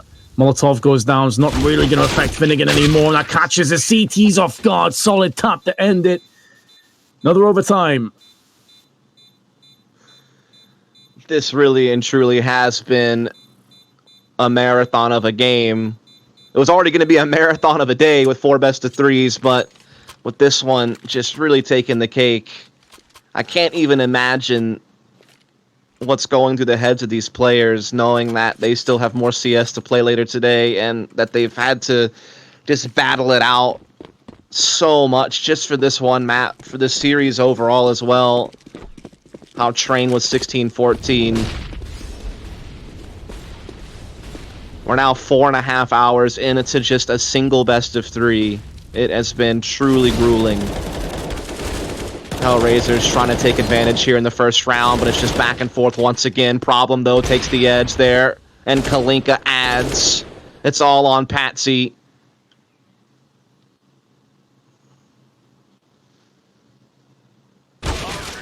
There's a stack of CTs up on Banana. HellRaisers will pick up their 22nd round. Now, of course, the number they're both jockeying for is 25. First to 25 will take this. Yes. The numbers do add up.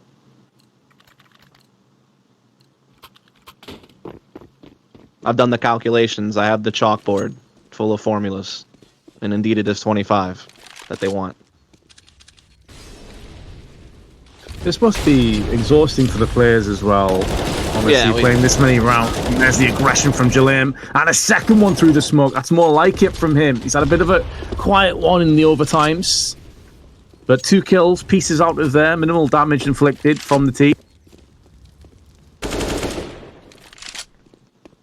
This is big for HellRaisers to get these hot starts in both the opening rounds of this overtime. And I mean, they're clamping down. And you have to wonder if ESPADA has finally run out of steam. you know, these have been 2 dominant rounds from HellRaisers now. They've won early based on a banana aggression and just getting really quick opening picks. It feels like the momentum's kind of behind them a little bit. We haven't seen a clean sweep yet, though, in OT. And you have to wonder if we do finally see it here from HellRaisers, if that's the X factor, if that's the difference maker that would finally put this to rest. It would put so much pressure on ESPADA to do the same in kind to force another overtime. Or if they can just find a way to win here. They still do have full AK buy-up. Oof. Dimmer. That's more like it.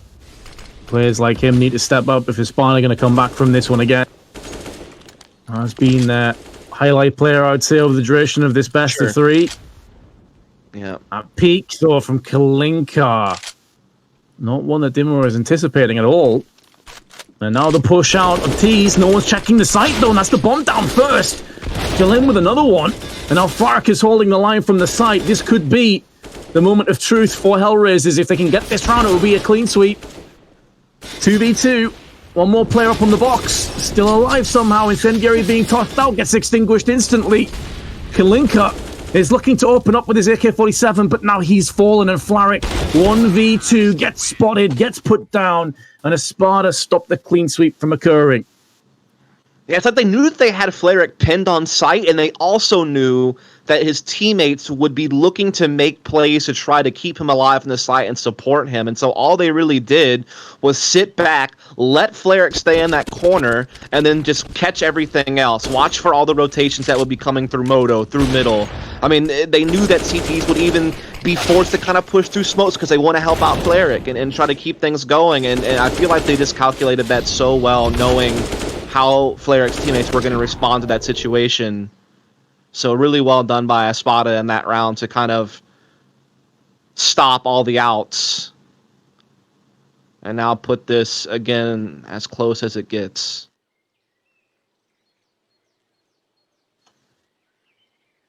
Tactical timeout has been deployed. I have absolutely no idea what you could possibly say at this point.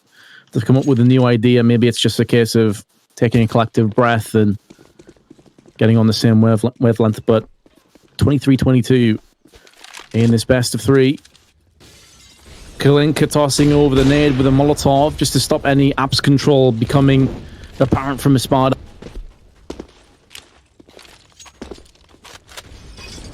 Not really pushing into middle or apps, but now they're going to start to take some more control. Kalinka helping his teammate out, looking towards the balcony. Spray through the smoke as well. Meanwhile on Banana. Been a lot of flirtation in this round, but not too much that's really stuck in terms of damage. Yeah, they haven't pulled out the engagement ring yet. But now it seems like they finally are willing to get down on one knee and slip it on through here. Archway, flash out, taking the peek. Smoke still up as well, but a nice flash comes in. Sotfik uses it to his advantage, but it is traded back from Problem, keeps it even. Problem still deciding, do you push into the smoke? Free kill for his endeavors, for his aggression. He's going to get paid out. Now Patsy, unsure as to whether he needs to watch apps or the Archer's side. He does have a teammate in Finnegan. We haven't seen too many raps onto the B side, and I think this is tailor-made for one of those situations. There's 30 seconds left. They already have a player pushed up on Banana. That's going to be Jalaine. If they can join alongside him, especially as he's got the entry onto the side, surely now they collapse onto B. They need to get a move on. They might be waiting for those rotations to come in. Now they know Finnegan's the last player, but they didn't have time for this. It's going to be very, very close to getting onto the B site. Surely you haven't played yourself here. JR is going to be he's going to have this just in time. Oh. I mean, 3 seconds to... Yeah, that was mega close to not work. I was a little bit concerned they weren't going to get the bomb there in time. Like, they had outpositioned their opponents and gotten the frags they needed, but I thought maybe the clock was going to get them, but they do pull it off. So well done to HellRaisers. Great trading in the archway, getting CT spawn in control and locking in the bomb plant, and that will put them to 24. One more needed, Vince. They have secured bare minimum another overtime, but they've also given themselves a chance to outright win this match. Yes. And two more I think this is HellRaisers' 5th or 6th match point at this point.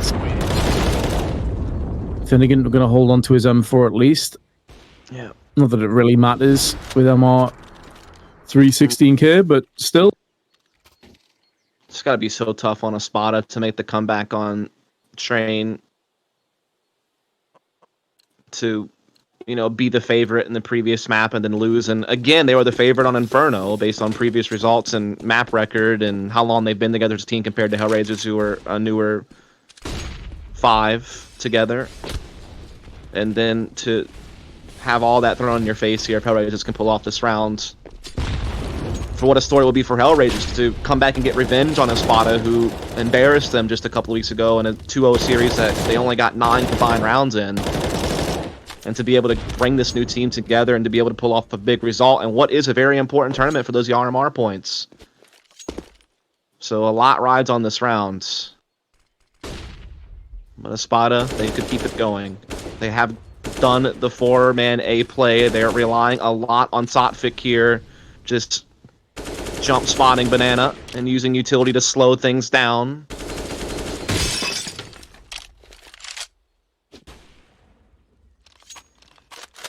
Now the utility has subsided and HellRaisers is going to begin to take some Banana control for themselves. Picking the bomb up as well, just to make sure they don't leave any loose ends untied. Sotfik, good flashbang. Brilliant headshots alongside it. Spins across and punishes JR and Jalim. Now Dimmer, perched up on the sandbags, going to pick up from where his teammate left off. And stays alive a bit longer. Kalinka walking into the trap that's been sprung from Finnegan. And HellRaisers going to miss another chance to finish this matchup for themselves. They do have one more go of it, though, in this overtime. Let's see if they can pick it up.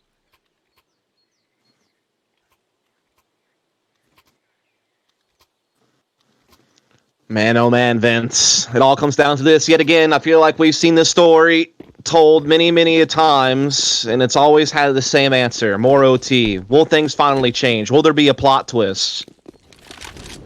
Will HellRaisers finally be able to finish this story?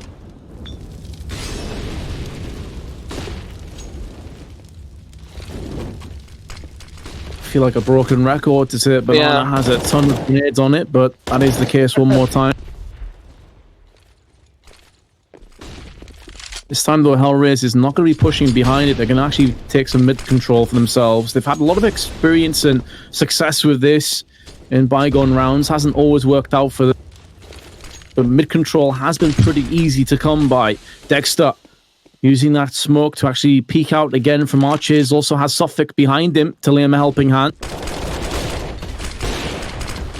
Sotfik with the first. JR comes back swinging with an AWP kill.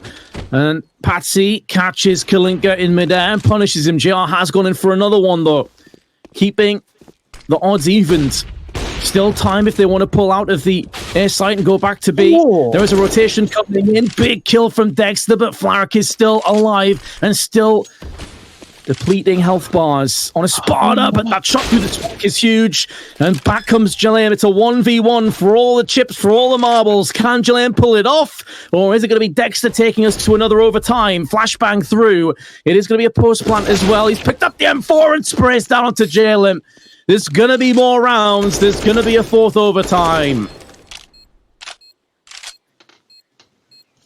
On the one hand, I want to say you can't believe it, but on the other hand, it just seems like it's really been the theme of the day.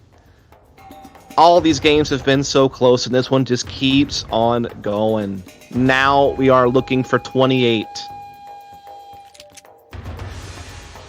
Still no clean sweeps in an overtime half yet. Worth pointing out. Technical pauses come in. Do hate to see that. Although I wonder if the technical pause for Sotfik is actually just his brain melting from the amount of Counter-Strike that's been played. Possibly. I know mine is. Yeah. Hey Vince, by the way, just wanted to let you know, in case you didn't know, we still have 31 best of 3s to do after this. I am fully aware of that. Just wanted to make sure that you were aware that that was the case. So for those of you who, you know, were on HLTV.org expecting to see, I believe our next game, if I'm not mistaken, was supposed to be the fours match, right? If that's the next one. I think so, yeah. That is still happening. You know, so we do apologize, obviously, that that game hasn't started yet. I know that maybe there's like a lot of Forest fans who are waiting to see that Forest versus Crazy matchup. That is still certainly going to be next, but we just have to get through this one first. This one has definitely gone longer than I think anyone could have anticipated, between a couple of tech issues and just not even really a lot of that, to be honest. It's just been a lot of Counter-Strike. Like, you know, first map 16-14. Second map, I think, was 16-10, so it wasn't, you know, quite the full distance, but still a pretty tight race. And now, I mean, you see this before your eyes right now, how crazy this game has been. And it's gotten to the point now where I feel like all logic is gone, and all, you know, whatever playbook you had, you threw it in the bin, it's lit on fire, and now it's just about, you know, mental stamina and just composure in tight moments. And it's going to come down to, I think, what a lot of these rounds have come down to lately, which is just kind of these mid-round 3-on-3 type situations. Like, how do you play those out? Like, or it's going to come down to big individual plays, or it's going to come down to someone makes a wacky aggressive play and catches an opponent off guard. It's going to come down to little X factors like that. Standard stuff, all that, it's just kind of 50-50. I think it's really going to just boil down to who can work out the nitty-gritty moments in the mid-round. And if someone can finally 3-0 a half, I feel like that would be like the tilting point. We've got a lot of 2-1s, but not a 3-0 clean sweep yet. Let's see if that changes here. 24-24. Now they are looking to 28 rounds to secure their position as winners of this best of 3. That molly damage is chunking away JR and Kalinka, plus a grenade on top of that, so a great start for ESPADA.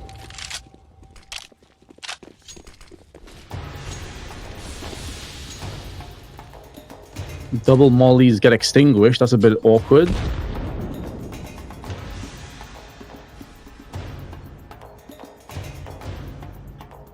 Yeah, it's kind of a weird situation at this point. We are seeing some top mid control being taken by HellRaisers. ESPADA have no vision there. They're triple B stacking, so they're basically gambling because they have no information. Though I think they are starting to get some vision at top middle thanks to Sotvik taking kind of a more aggressive position towards the half wall. They might be hearing some noise at top middle as well. They still don't have any rotation. Now, finally, you're starting to see Dima make his way over, but he might get blocked off by utility. Finnegan and Patsy playing the graveyard pit crossfire. Kalinka thinking of pushing out of the apps. His teammates are all falling around him. Now comes out, but it's a bit of a massacre. Heavily stacked against HellRaisers, and ESPADA get themselves in the lead. It's a 4K from Dimmer. He's been a bit quiet as of late, but he does have 38 kills overall. We saw him land 30 in the previous map, even though they did lose on Dust 2. But his team are now in the lead. Can they be the team to take us across? I get a 3-0 clean sweep. Yeah, man, Dima has been the stats leader all series long for ESPADA. And I feel like now you're starting to see Dexter make some big plays with the AWP. He's been playing really well lately. And ESPADA looking to take on Top Banana here, and it's going to be an even trade as we've seen so often, but Jalam's able to find Dima out, that key player we were talking about, to get the 4-on-3 for HellRaisers, but they have taken a lot of damage along the way, Vince. There are a lot of people out there bleeding out who are just one bullet away from doom. And so even though ESPADA are a man down, they still could figure out a way to win. The problem is that they're really gambled onto this B side, and that bomb is trickling over to A. And so that really could spell doom for them. And it really gives HellRaisers that great opportunity to tie this game right back up. Though I say that, they are actually rotating fast enough to beat it, and they even get the flank from Patsy in. 3v3. Bomb still yet to be planted. And Dexter will find Jalam out in the open. Pretty easy pickings in the end. Flaric should be able to get the bomb down. At the very least, they have a second player from Problem, who is occupying pit. And all three of the CTs now going to start to push back together. They know one of these players is pit. It's all about that second of Flaric, who's now been spotted. It's a wild spray, but it's going to get the job done, and surely this 1v2 is going to go the way of ESPADA. It was labeled in the end. It ended up being a 1v1, but Dexter capitalized on it, 26-24. Really good team play there on that three-man push through lane, just spotting out the pit player, isolating him completely to be able to focus on site and then take care of business on him later. And I feel like this particular half of OT has been that HellRaisers haven't been as decisive in the mid-round. They've really been trying to bounce back and forth, and I feel like they've just been a bit too slow. And ESPADA has always been able to kind of catch on to it and rotate in time to be at the right place when HellRaisers does go for that final push. And it's really cost them. This time, though, JR takes a more passive kind of opping angle on T-stairs and catches the banana aggression of Zotvik. And that could be a really big deal, because that's just a free 5-on-4 here for HellRaisers, who have yet to find a round here in this T-half. Again, we have yet to see a clean sweep, ESPADA on the brink of it, but now HellRaisers are slinging back. And they might have themselves the round here, because it is only one man on the A defense. But again, if they take too long, as has happened a couple of times already, Vince, it gives time for ESPADA to re-rotate, and then they lose that edge.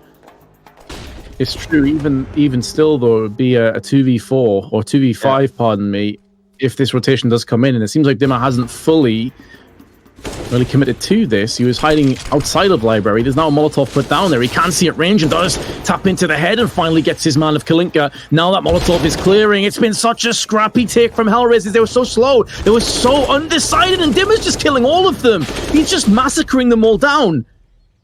HellRaisers have absolutely shot themselves in the foot there. I cannot believe how scrappy and how messy that take actually was. Yeah, I think under normal circumstances, I would agree with you, Vince, but I think this is a sign of the mental wear and tear that this series has probably taken, on these players, where, you're probably, like, the pressure's on, you want to win. It's like, especially at this point, like, when you've played this long, you really want to win. You really don't want it to be all for nothing, that you've sat through this many extra rounds of overtime. And then I think that, just the composure does start to break a little bit. And in a situation like that, I'm surprised Dima goes unchecked. I think you have so much confidence that your Molotov is going to stop Dima from doing much. I like the fact that they tried to jump Graveyard. It was a good idea, but again, Dima just goes unchecked. And it's happened a lot. Dima has just been such a playmaker for ESPADA throughout the series. He's been their leader. Coming into this map for the series, he had 95 ADR, and it was +4. And this map, he has again stayed positive on the KD, and he is, not quite 95 ADR this time around, but still really high, mid 80s. He's also had so much utility damage to his name throughout this game. We've got the clean sweep. ESPADA now have 3 match points. Yep. On their T side, which was their weakest side in regulation, has consistently been their weakest side, so HellRaisers aren't out of this just yet. Flash out, not going to affect anything, and that peak was too slow anyway. Tim is going to take that free kill all day, every day, the way he's been playing this best of 3. One play that's been consistently good from start to finish. Oh, absolutely. Couldn't agree with you more on that, as they're looking to put that smoke down on CT spawn and perhaps continue this B push, but the incendiary will slow things down, at least momentarily. It does give time for Jam to make the rotation to help Problem out here. It's still going to be a 5-on-2, though, here on this B bomb site. Problem, though, is able to get the initial kill and maybe looking for more, but Zotvik and company able to swarm their way in, and this bomb will get planted. Ooh, nearly denied. Bit of chip damage through the coffins. Denying the bomb plant, but instead, Gilliam's gone down. Oh, that shot through the smoke is huge. That gives HellRaisers a chance, a glimmer of hope. 2 plays stacked in ruins together. There's the headshot. That's going to be it. This marathon of a best of 3 has come to a close. And ESPADA, against the odds in the end, were always trailing in those overtimes, get the job done. HellRaisers let this game slip through their hands.